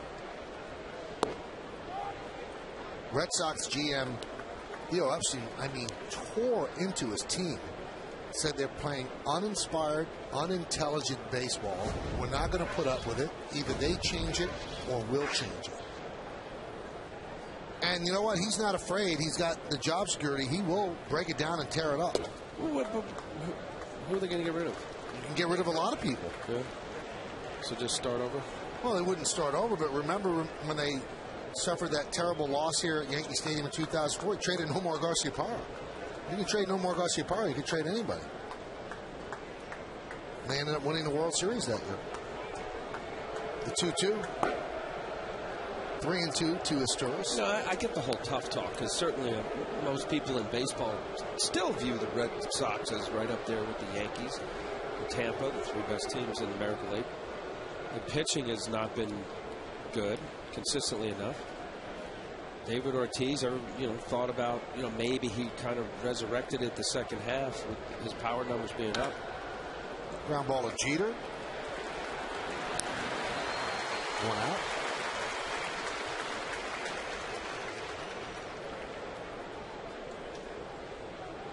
That's a strange mix that the Red Sox have. It's going to be interesting to see how they come out of it, if they come out of it.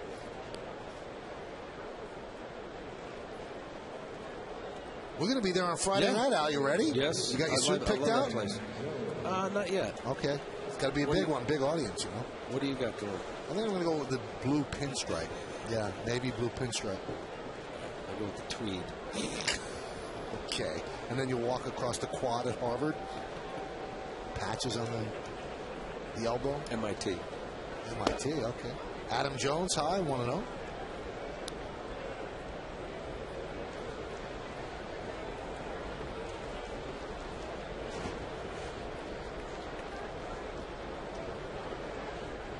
One thing bad about the Yankee-Red Sox series, and I'm sure you think this way as well, they're always so popular that we don't get a chance to do all the games. So we do Friday, and then Saturday's a Fox game, and then Sunday's an ESPN game. And we just become spectators, which is not bad either, but we kind of want to work those games. There you go. Check out Cape Cod, Beantown. Go get yourself a nice little bowl of chata. Walk the Commons.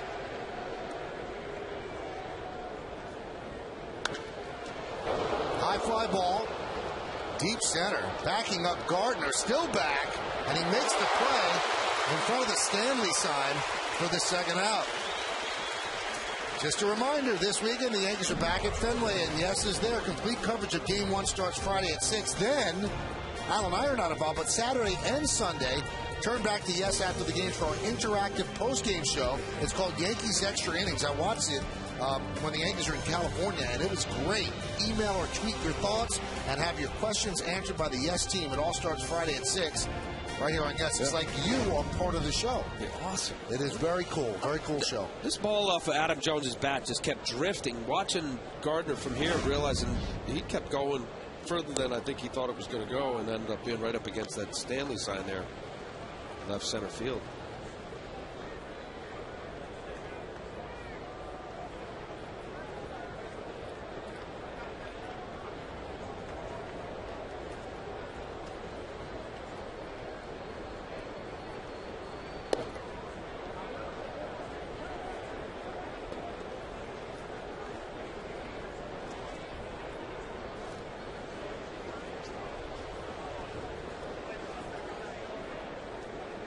One count on Marquez, who's 1 for 1 with a walk.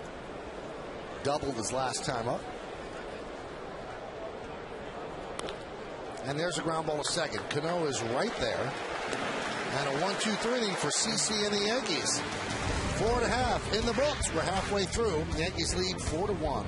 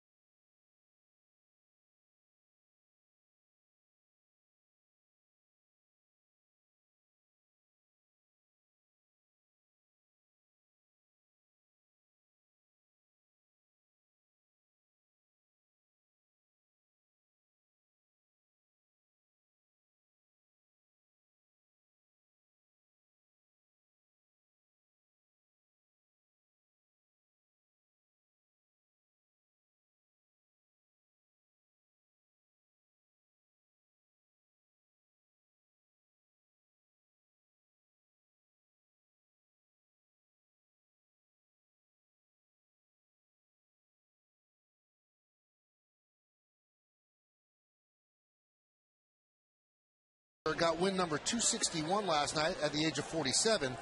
And the question is, will he get to 300? You've been texting us at 58772. Overwhelmingly no. And it's a numbers game now. He's 47. He needs 39 wins. That doesn't compute.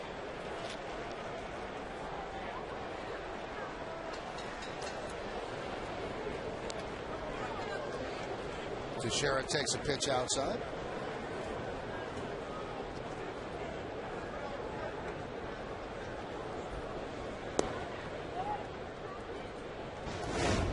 Check this out, how Cano watches this throw on the last out of the top of the fifth. He watches it. Eye right on the ball. Even the infielders watch. A lot of the middle infielders do a little flick throw, drop their arm down. The strain on the elbow.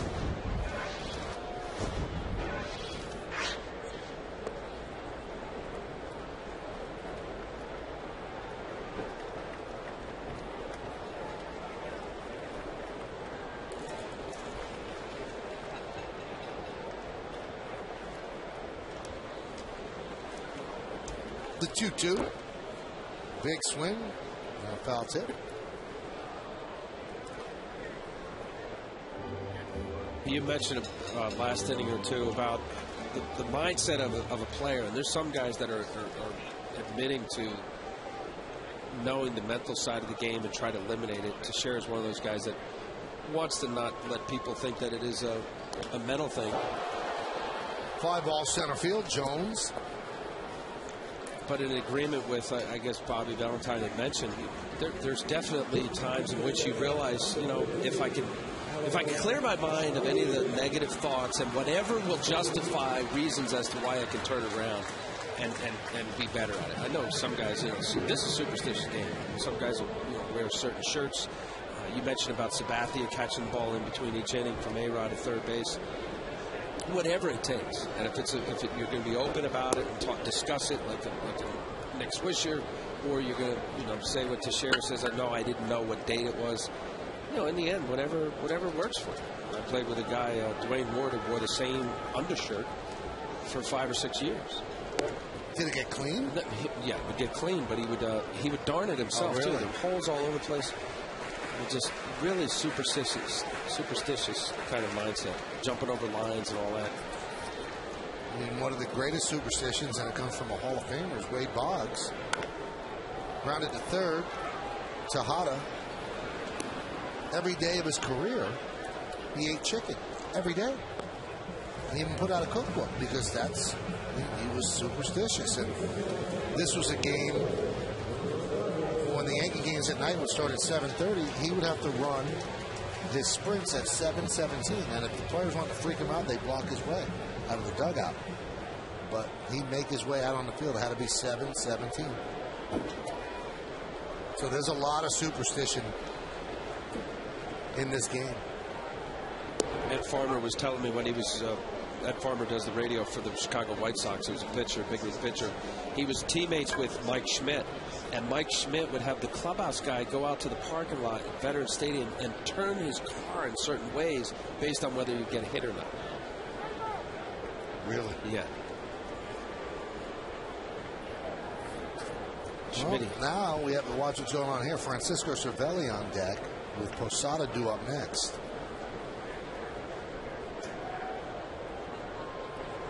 We'll find out as soon as we can what's up with that. And obviously we'll have more information on the postgame show with Bob Lorenz and Kimberly Jones.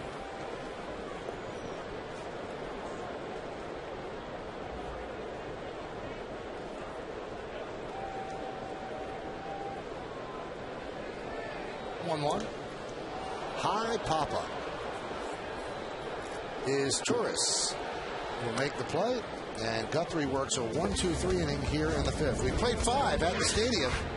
4-1 Yanks.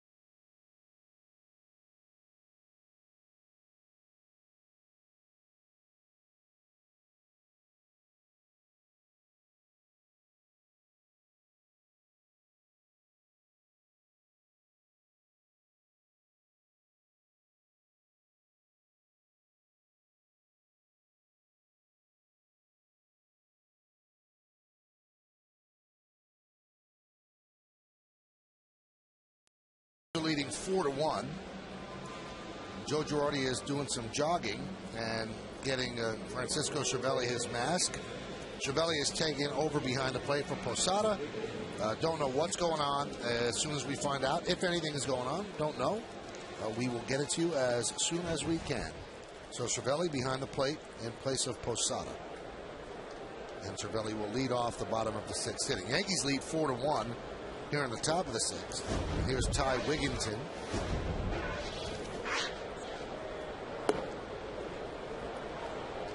Count 1-0.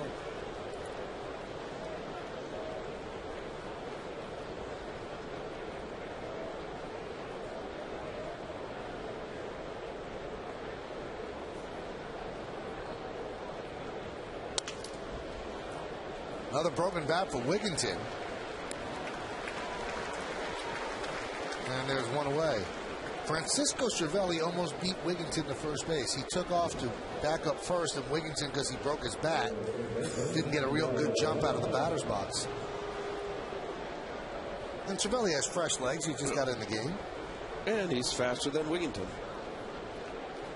You know, the part of we'll find out what happened to Posada, but part of a pregame scatter report, you bring in both catchers aside from the pitching coach and the bullpen coach. to go over the scout report for a given lineup. So there isn't really a blip on the screen when it comes to scout report between Cervelli and CC. Let's take a look at Cervelli running down the first. And he's in front of Wigginton. He goes a little bit far right. Otherwise, he would have beaten him.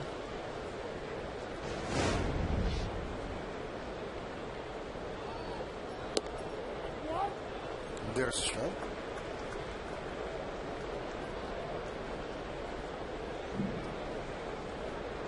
See Tejada talking to himself. You ever talk to yourself on the baseball field? Yeah, all the time. How about when you're alone? Sometimes. Yeah. Do you? No. I think to myself.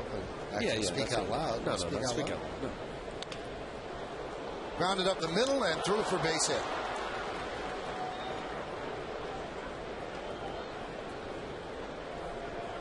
I remember you talking to yourself on the mound. Yeah. Another ground ball. How about this? He's got 15 outs. No, 16 outs. 11 ground ball outs. Just out of the outstretched reach of Jeter.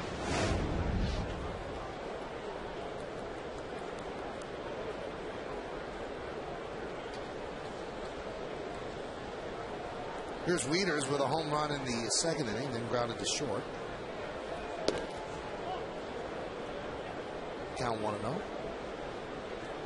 And CeCe's asking Bill Hahn, where was that? Up, I would guess. Strike zone's now been lower. Now, I guess I'm going back a long time ago where they had the old chest protector. Literally, you'd got the belt tie above to the letters. Anything above that mask now is a ball. Ooh. All right, so he tried high, now he tried low. You got to go right somewhere in the middle. That ball was off the plate away. CC at 84 pitches.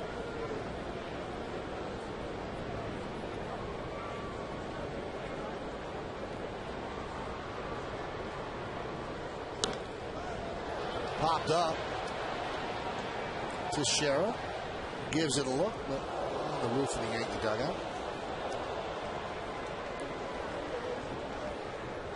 This year, coming into tonight's start, CC Sabathia, 54% of his outs have been ground balls. In his career, that's 10% higher this year than in all years past. What do you make of that? Well, I make it of that last pitch, Michael. He's got great stuff all the way around. But I think it's that changeup, and we've seen a few outs tonight of hitters being out front on the all-speed pitch. Went fastball away, fastball up, fastball away, and then kind of came back with that changeup.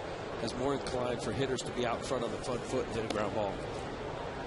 And I just think as CC gets older and evolves into more of a veteran pitcher, maybe velocity-wise, although tonight he had some 95s, there was a 92-mile-an-hour fastball, throwing more of that changeup.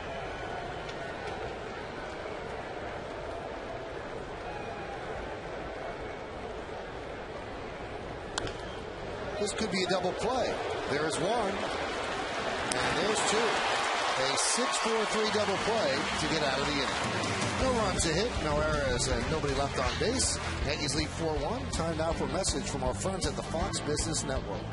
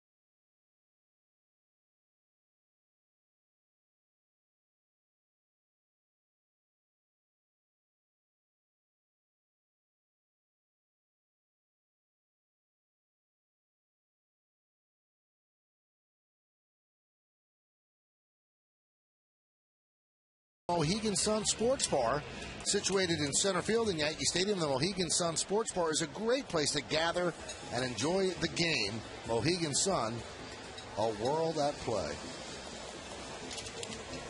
Fun. Gotta get out there and watch. Sun, yeah. Yeah.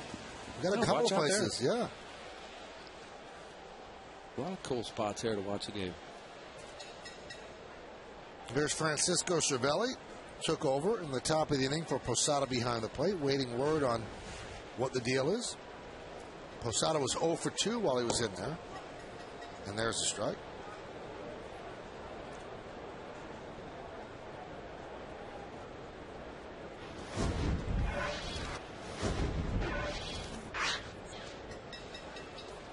Count 1-1. Guthrie put in a pretty solid effort. Made one mistake, and that was to Randy Wynn. Yankees did all their damage with 2 outs in the 4th. Wynn hit a 3-run home run. And a strike.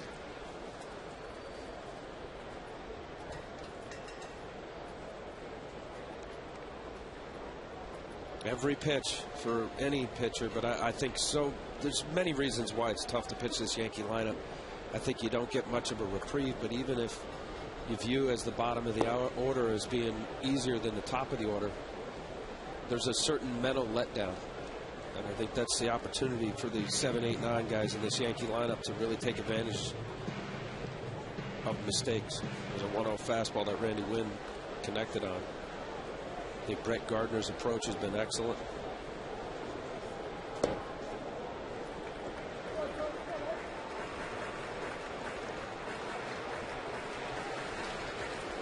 So the count is full at 3-2 on Cervelli. His first at bat of the night.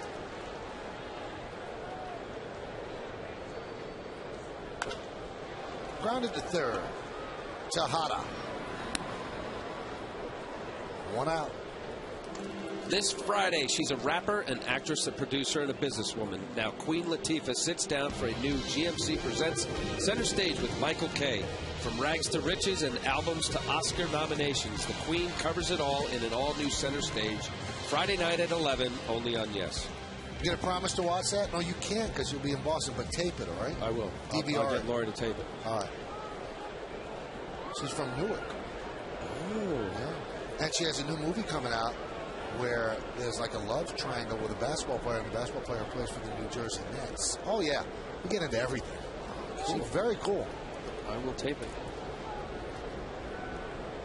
The name of the film is Just Right. You love that show. You did. Yeah. I know you praise the shows at different levels, but you really like that.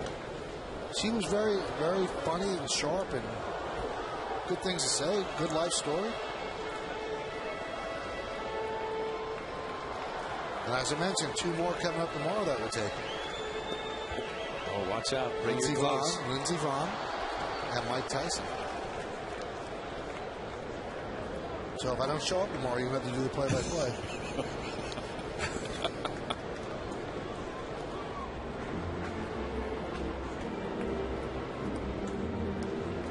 Why would Mike Tyson and I not get along? Kid from the Bronx, kid from Brooklyn. Why wouldn't you? Yeah, why wouldn't we? Because you're polar opposites. What are we polar opposites? What does that mean? He was a fighter and a boxer. You're a broadcaster. The 0-2. That's right. You're a tough kid from the Bronx. I forgot. Okay, Tom's River. Must have been tough in Tom's River, huh? It's tough. Gang Tough of down toughs there on the roaming the river. street, yeah.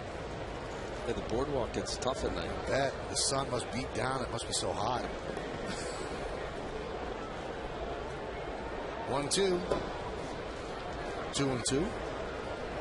Actually, it was all the northern New Jersey, New York kids coming down. Tough kids. It'd be tough down there.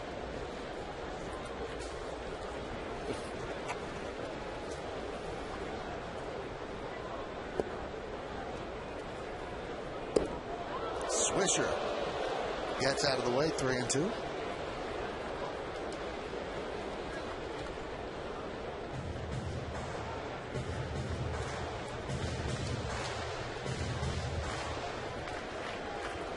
by design to move with feet. Let's see if he goes with it either two-seamer away or change-up away.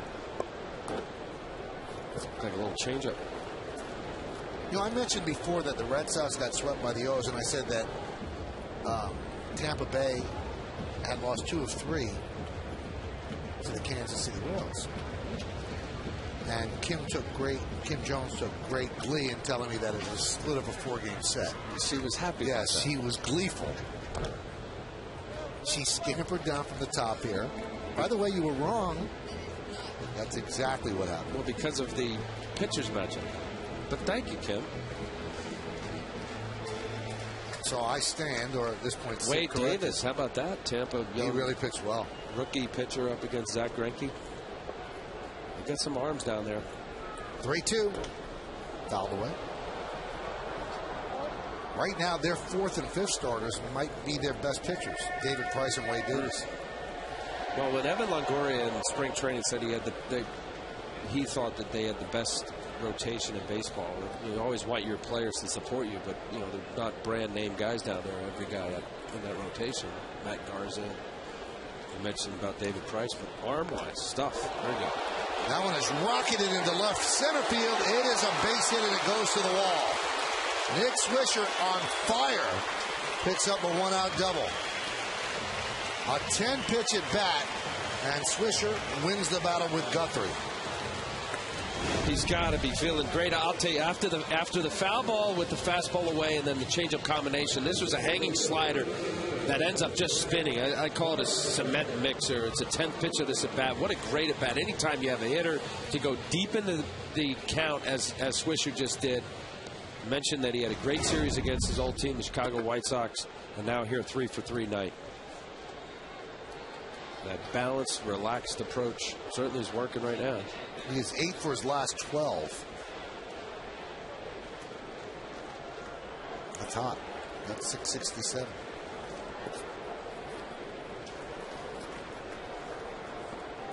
And sometimes that's all it takes. I know Kim Jones had to talk to him during the White Sox series and playing against his old team and Ozzie Guillen. And he realized he wanted to do better here at the stadium. Didn't have a home run. I believe in that. The karma, mojo, whatever you want to call it. You start feeling good about what you're doing. It really translates into performance and execution. Because that's ultimately what it comes down to. That's what these guys are trying to do. They practice hours every day preparing for this moment right here. Guthrie makes a pitch and what Gardner does with it. And then turn the page. And it's just a battle within the battle. I was kidding with Kevin Wall, the hitting coach, that when Alberto Castillo, left-handed pitcher for the Orioles, warming up. In the blowout game yesterday, I said, boy, you guys don't throw away at bats. You see major league hitters will talk about it often. They were winning 12-0 going into the 9th inning. I said, no, every battle is getting their pitch. And it's really a compliment to a lineup and a team as a whole. Something to be proud of if you're the hitting coach. That you could really have a tough time to say, hey, you know what, that at bat he may have thrown away. Or hitters will admit to it. What was I thinking? I don't know. I just flailed at a pitch.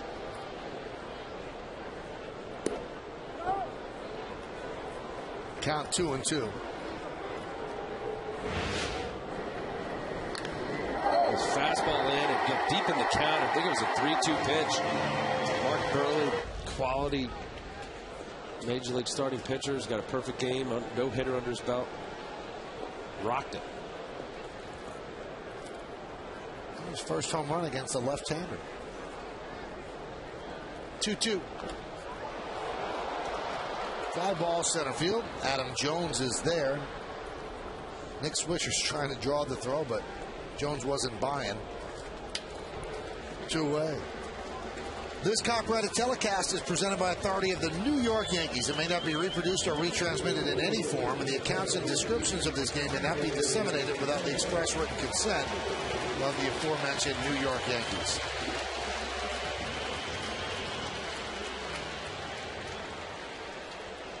Crowd at the stadium, 41,571 tonight. Appreciating Brandy Wynn's home run, 3-run homer.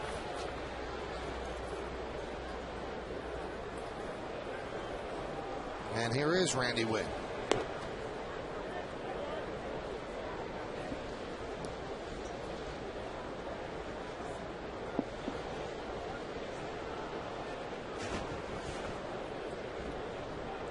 Big 3-run blast in the fourth. Broke a 1-1 tie. And that's where we are right now at 4-1. 2-0.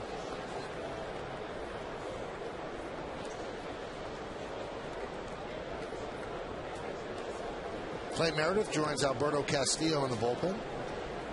Guthrie at 105 pitches.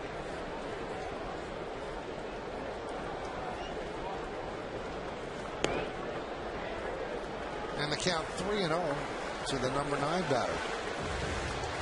Well, this could be it to Guthrie. 106, 107 pitches. I don't know whether those last 2 pitches were changeups or not, but 86 miles an hour. His guide and aiming his fastball. And there's a strike. Along with Al Leiter and Kimberly Jones, I'm Michael Kay, and you're watching Yankees baseball right here on Yes. We thank you for joining us on this Monday evening. There are our pictures. Love those. And the Yankees are leading the Orioles 4-1.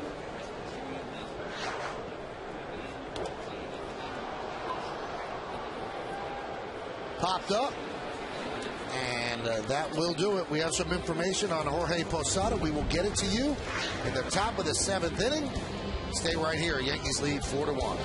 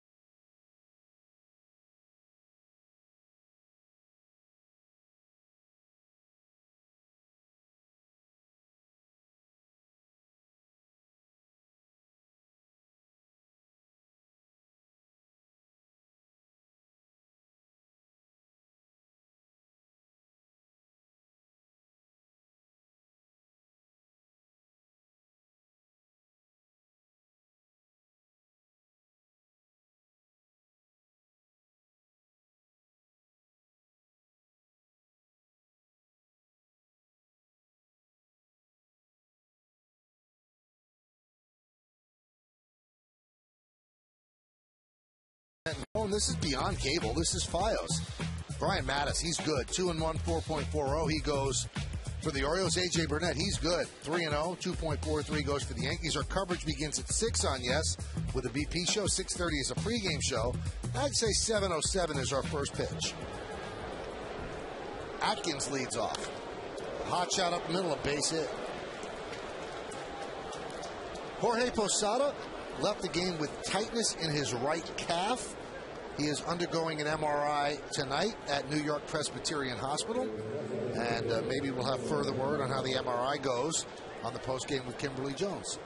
So that's the situation with Posada and why he was taken out of the game. Verizon Wireless scoreboard. Each team with 6 hits, but the Yankees lead 4-1. The error didn't have anything to do with the scoring.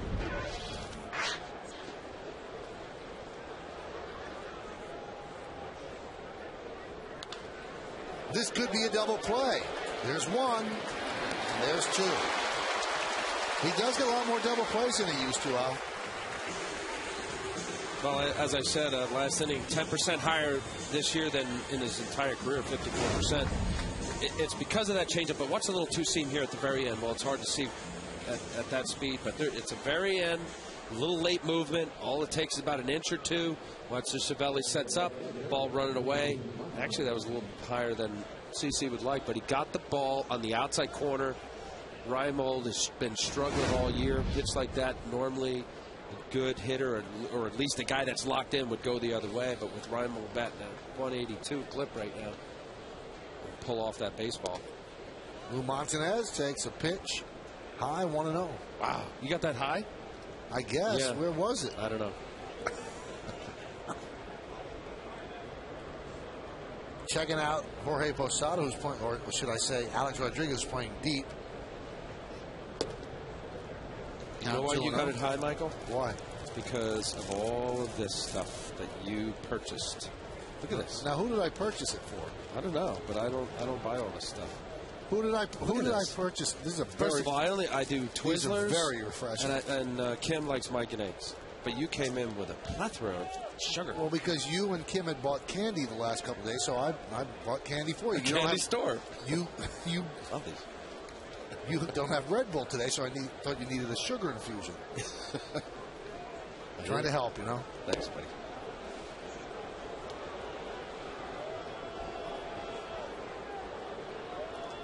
Did you have the junior mint? They're good. Very refreshing.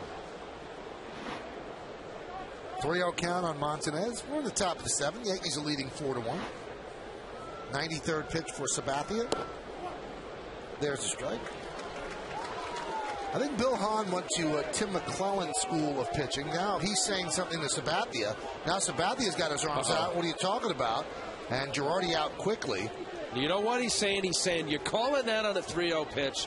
What were you calling on the second pitch of this at-bat? And now he's taking a walk just to cool himself down. And that's the frustrating thing as a pitcher or a hitter. You don't want the plate to move. All right, so that looks nice. That's a good. Let's see, this would be perfect here. Well, it's right on the corner. I think he's just, he's not happy in the old yes mo. Look at that slow mo.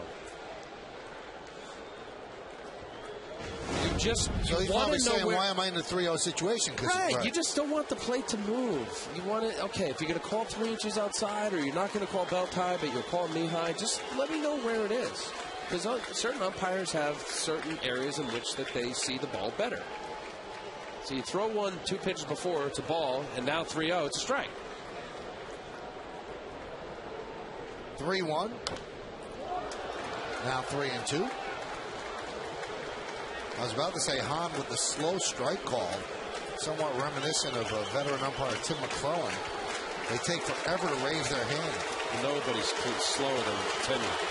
Oh, you knew that as a pitcher. You stood there. What is it? Crowd looking for the strikeout. Pitch inside. 95. That's a mad fastball right there. What's a mad fastball? Mad fastball where you're mad and you overthrow and you just want to just throw it through the mask and you don't care about where you're throwing it. It happens sometimes during a game where you just kind of lose your little bit of moxie and control. He threw 295 today, 95 mile an hour. One earlier, I think, in the 4th inning, and now here.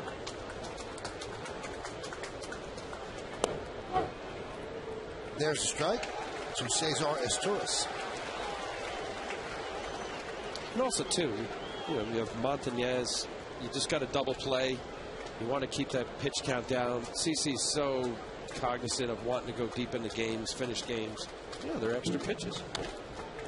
There's a chopper up the middle, and Cano will step on the bag, and that will do it. A 10-pitch inning for Sabathia, but he thought it should be a little bit less than that. No runs a hit, no errors, and 1 man left on base at the end of 6.5. It's time for the 7th inning stretch here at the stadium. Yankees are leading the Orioles 4-1, but we're going to stay right here on Yes as we honor America in the Bronx. The servicemen and women who are serving our country at home and around the globe. Thank you.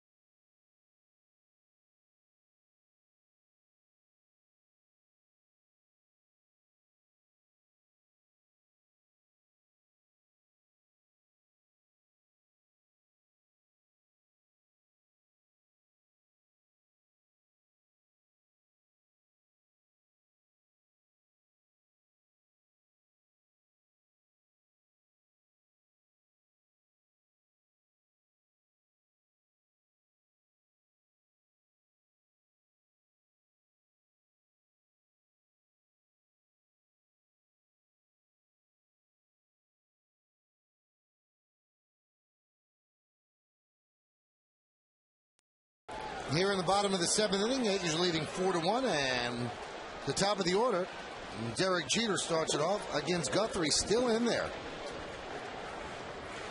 Verizon Wireless Scoreboard, 4-1 Yankees. Jeter and his teammate Mark Teixeira both got their gold gloves before the game. Derek's his 4th, Mark's his 1st with the Yankees. And Jeter with a pop up the shallow center. Jones calls off his tourists. And there's one away. Well, you mentioned Jeter with his 4th gold glove, but boy, what, you know, Teixeira has meant, certainly offensively, and he's coming around after his cold month of April, but how important the defense is for any ball club at first base, and sometimes overlooked. Certainly has helped the guys on the left side there with Alex and Derek with their throws, and so many great plays, scoops, saving some errors. Pitch to Nick Johnson, low.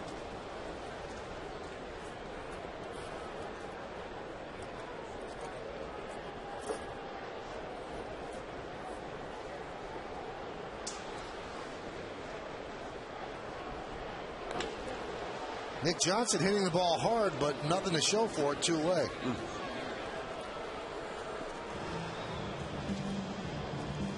Tonight, throughout the Yankee season on Yes, we're asking you to vote along with us for the Chevy Player of the Game. Text your vote to 58772 or vote online at yesnetwork.com.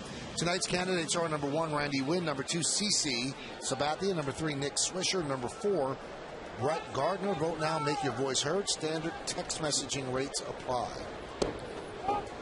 There's a strike to Teixeira.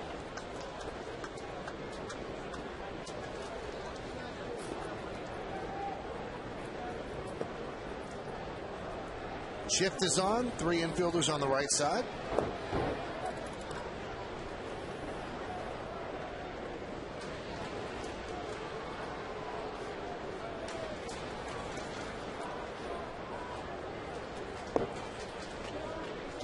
No complaining about how slow Bill Hahn is in calling balls and strikes. Al Leiter only made 1 start with him behind the plate. 7 innings, 6 hits, 3 runs, 1 walk, 10 strikeouts. You love him. Grounded and a great stop by Atkins. He will flip to Guthrie for a 1-2-3 inning. And Guthrie, all things considered, has pitched a pretty good game. He just had that rough 4th inning. And so far that's holding up as the Yankees lead 4-1. Good play by Atkins.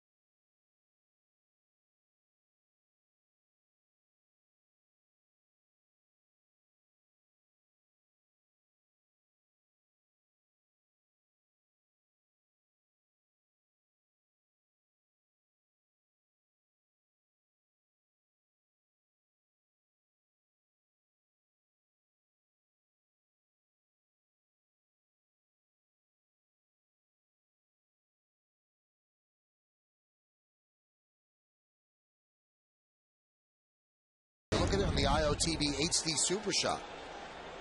Playing hugging the line Atkins has on all the lefties. Just seeing that ball was hit very hard. It's cool. Super slow. Well, here's Adam Jones as we open the 8th. Yankees lead 4-1, top of the Orioles order. And there was a stat today I could not believe. The Yankees have won 7 of their first 8 series. And they've only done that once in the past 60 seasons. That was in 2003 when they started 20-5, and they won 7 of their first 8 series. Popped up. 1 out. Now the Yankees also won 7 of their first 8 series in 1908, 1922, 1928, 1939, and 1949.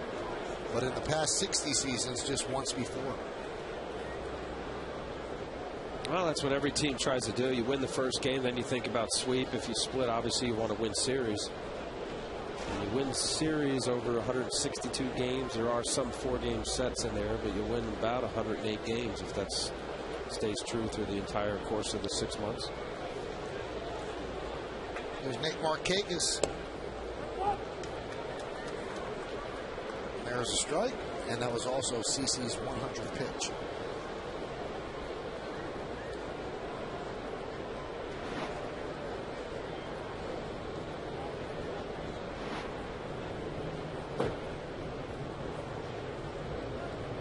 Here's CC in the 8th inning. It's worth noting that he's got at least 6 2/3 innings in 31 of his last 37 regular season starts.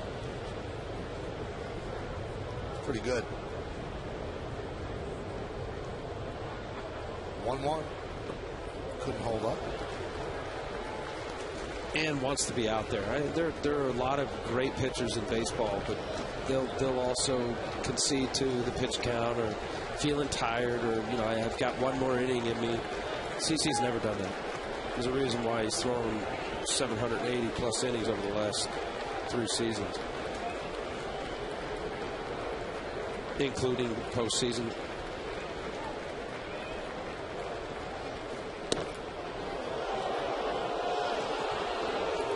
That was 95. Well, he's not going to get anything from Bill Hahn tonight. He's eyeballed him enough. They've already jawed at each other. Let's see. It has the right height. He's just getting that ball in the inside corner. Oh, this will be good. Yeah, he's off a little bit.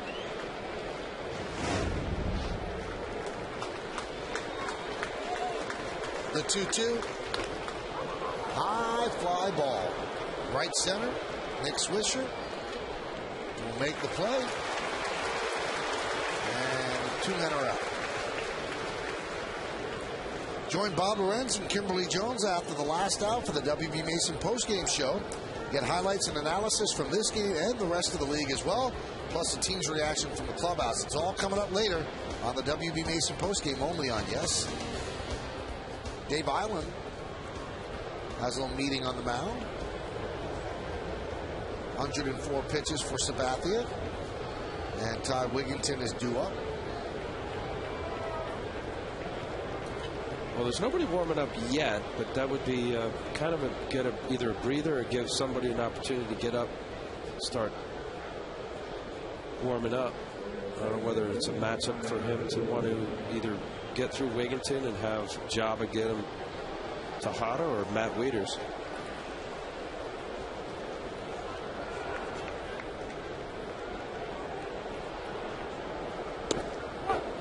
And a strike to Ty Wigginton.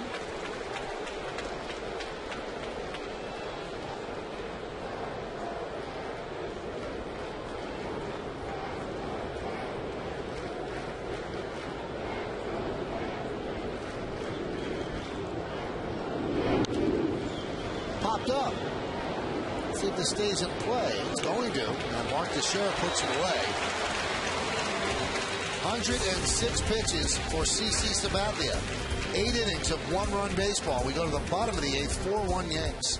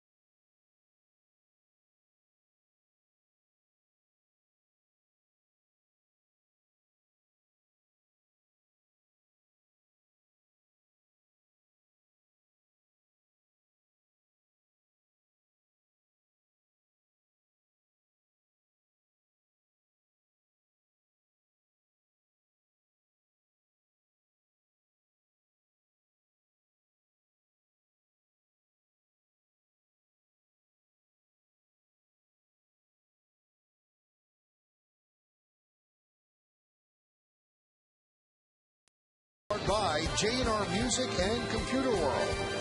And by Ford, the official truck of the New York Yankees.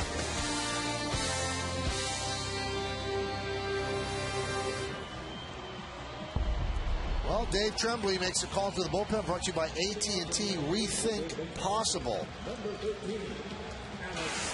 And Clay Meredith will take over for Jeremy Guthrie. Al, you see Meredith's numbers, but all things considered, I thought Guthrie pitched okay. Yeah, I agree with you. Other than that one inning and a couple tough at-bats, eventually Randy Wynn got a 1-0 fastball, hitting his first home run as a Yankee.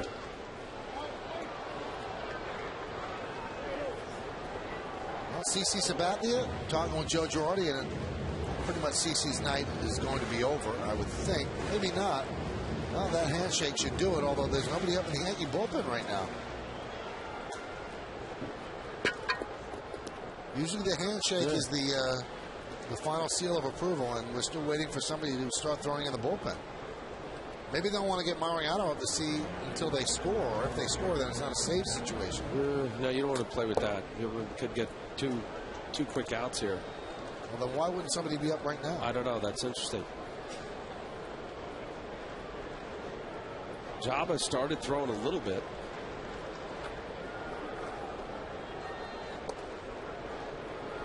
Well, Mariano, from that shot we just showed, looks like he's not getting up anytime soon. He didn't pitch yesterday.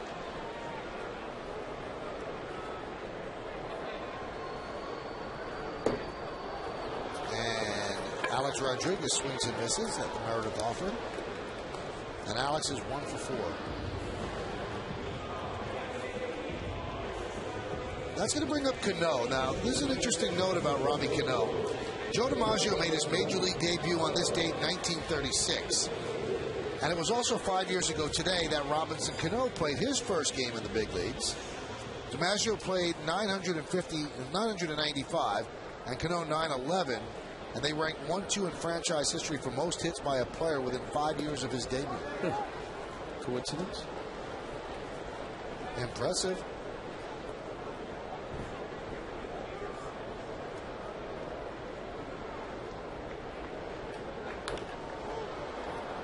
Looks like Cano is going to go hitless today, as Markakis makes the catch to make it 0 for 4 for Robbie.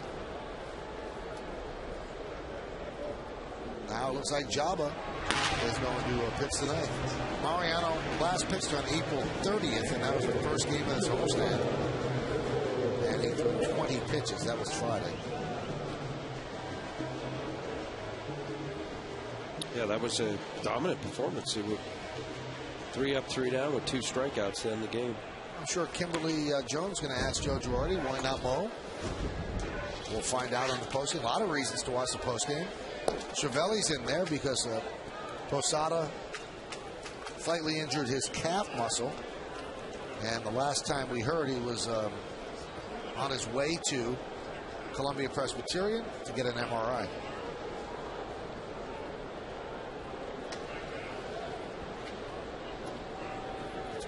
Ball moving so much that Wieters is having a hard time handling it. Hey, traveling this season? Take the Yankees with you. Subscribe to MLB.tv today to see every Yankees game live or on demand on your computer. Visit Yankees.com to order and get more details. MLB.tv, baseball everywhere.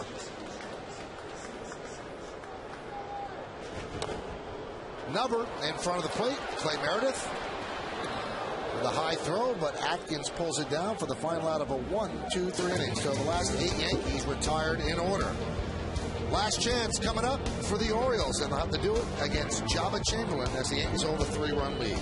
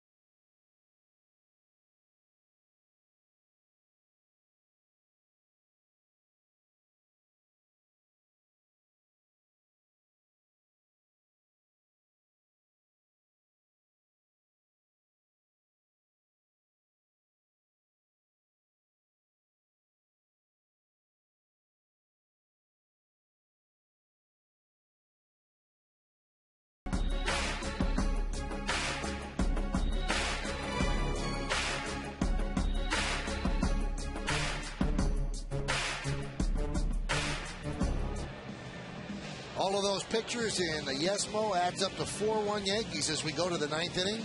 Each team with 6 hits. The big blow in the game, the difference in the game, the 3-run home run by Randy Wynn. 4-6-0, leading 1-6-1. And Java Chamberlain will come on to try to close it out and pick up his first save of the year.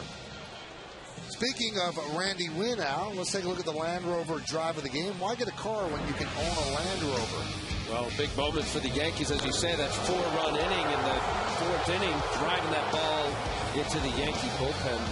Randy Wynn, first home run as a Yankee, the Land Rover drive of the game. There's Randy making the start in left. Now, Java has 1 career save. He got it back in 2007. Now, I really am looking forward to the postgame show because I'm always intrigued when something that you expect deviates. And 3-run lead, save situation. Mariano Rivera rested, last pitched on Friday, didn't pitch Saturday and Sunday, and I need to know why. So Kimberly, I'm sure, will ask Joe Girardi, and we'll find out why they go with Java today and not with Mo. And he'll face 4, 5, and 6 in the Orioles order, starting with Miguel Tejada.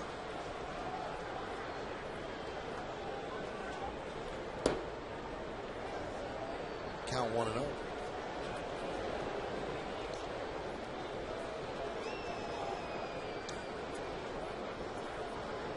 Seven of Java's last 8 appearances have been scoreless. And his stuff, Michael, has just been getting better and better. See that first fastball at 95 miles an hour, velocity up, crisper with his breaking ball.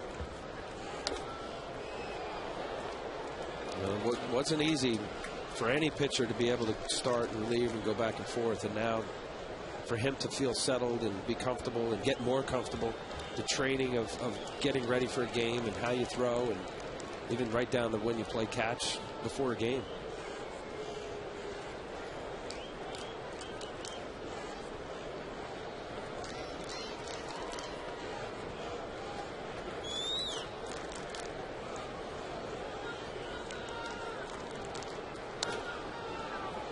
Grounded to second base. Cano, 1 away. Come home to Yankee Stadium in 2010 to see the 27-time world champion Yankees in action on Wednesday, May 19th, when the Yankees play the Rays. The first 18,000 fans 21 and older are going to receive a Yankees Dunkin' Donuts card with a $2 value. For tickets, log on to Yankees.com, visit the Yankee Stadium ticket window, Yankees clubhouse shops, or call Ticketmaster at 877-469-9849. Here's Matt Wieters, the only run for the Orioles off his bat against Sabathia. Solo home run in the second. That was batting from the right side, and it went to right field.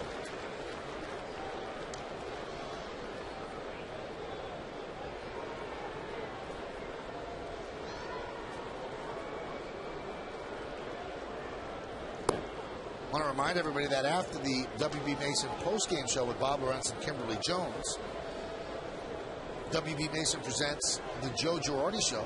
We'll follow right after that. Good show this week. And talk about a lot of things that went on with the last week or so. And looking ahead to the Red Sox series. And there's some very good email questions.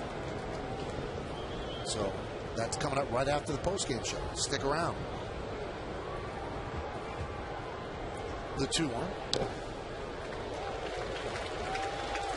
2-2. Just from watching the swings from Matt Wieters, the right side a little bit quicker. Seemed to have a shorter stroke to the hitting zone as a left-handed hitter. A little bit longer of a swing. Certainly part of the adjustment as a major league player. Modifying your swing based on the stuff that you see every night.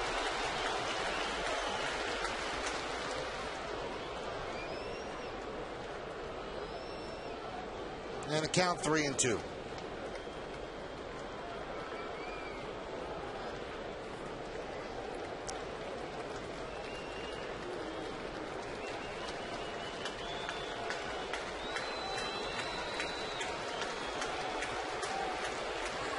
Wieters, the 5th batter in the order for the Orioles, and the payoff. Missed. And that's a walk to Matt Wieters.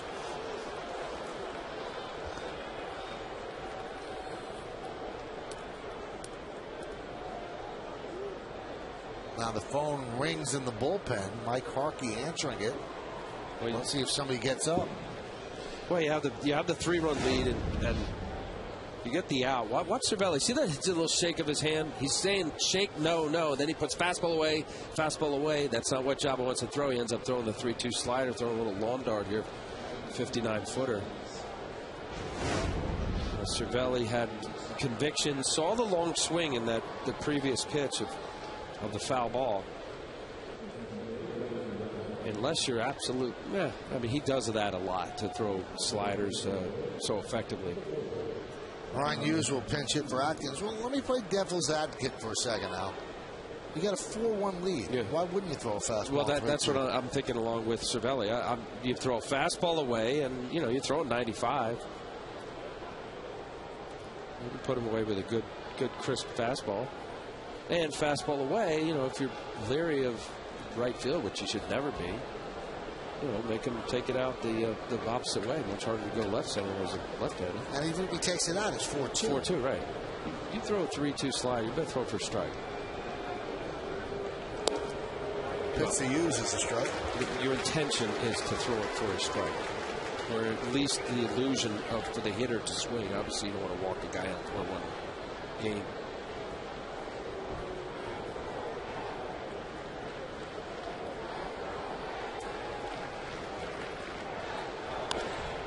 Slice foul. With 2 straight fastballs, 94 and 95 miles an hour. Right, now there's no reason. He's got a donut on the bat right now. He just hit it over the Orioles dugout. Don't throw anything other than heater. This is recognizing what's happening with the barrel of the bat through the zone. That's a fastball up.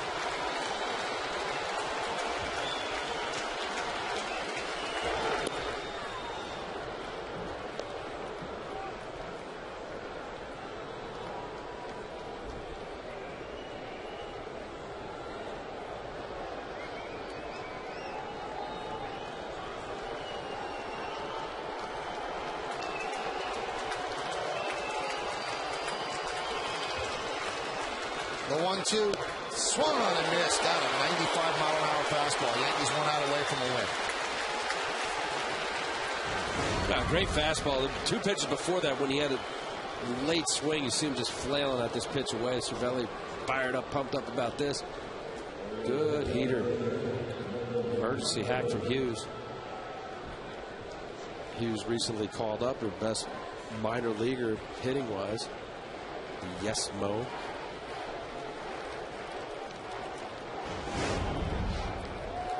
And here's Nolan Reimold. There's that slider. 1-0.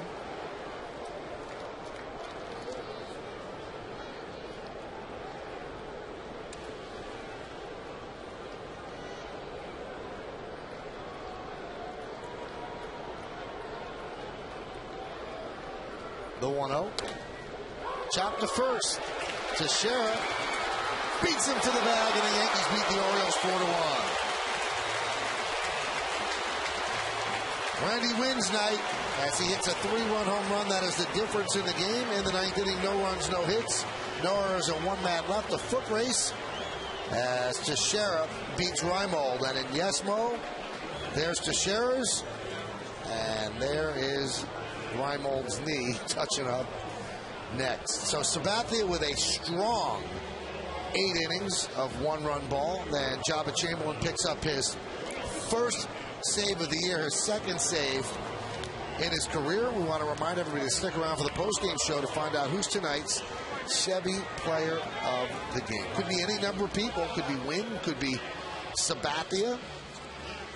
I'm sure that they will decide that as soon as they get in the votes and the tallies and all that stuff. But Yankees win the first game of this 3-game set. 1 more out of the next 2, and they win 8 of their first 9 series. But getting a bit ahead of ourselves. But Randy Wynn contributes mightily, the difference in the ballgame, and he's standing with our very own Kimberly Jones. Kim? He was, Michael. Randy, just a few hours ago at your locker, you told me, I'm just excited to have the opportunity to help this team win. That home run had to feel awfully good. Oh, yeah. I mean, you get in there when your number's called, you hope you're ready and you can do something. My first at bat was a little anxious, a little jumpy, but I was able to, get the pitcher in the zone. And, I'm not much of a home run hitter, but I was able to get one today. You've been in the game a long time. You've done a lot in this league, but a thrill to have your first homer as a Yankee? Oh, definitely. Like I said, anytime you can do something to help the ball club win, I was glad to get it in a win, so it was nice. You're rounding the bases. We're showing Kevin Long and Joe Girardi. Those guys in the dugout looked far more excited than you did. What was the reception when you got back? They were pretty excited. The whole dugout was pretty excited, so that's the fun part of it. When all your teammates are excited and you can do something to put the team up, and everybody's happy when you come in, it's a good feeling. Thank you so much, Randy. Congratulations. Michael, back to you. All right, thank you, Kim, and thank you, Randy. So a lot still to come here on the Yes Network. We'll give out some of the awards, and we'll break down Yankees 4 and the Orioles 1. Remember to stay tuned also for the WB Mason postgame show with Bob Lorenz and Kimberly Jones. All coming up.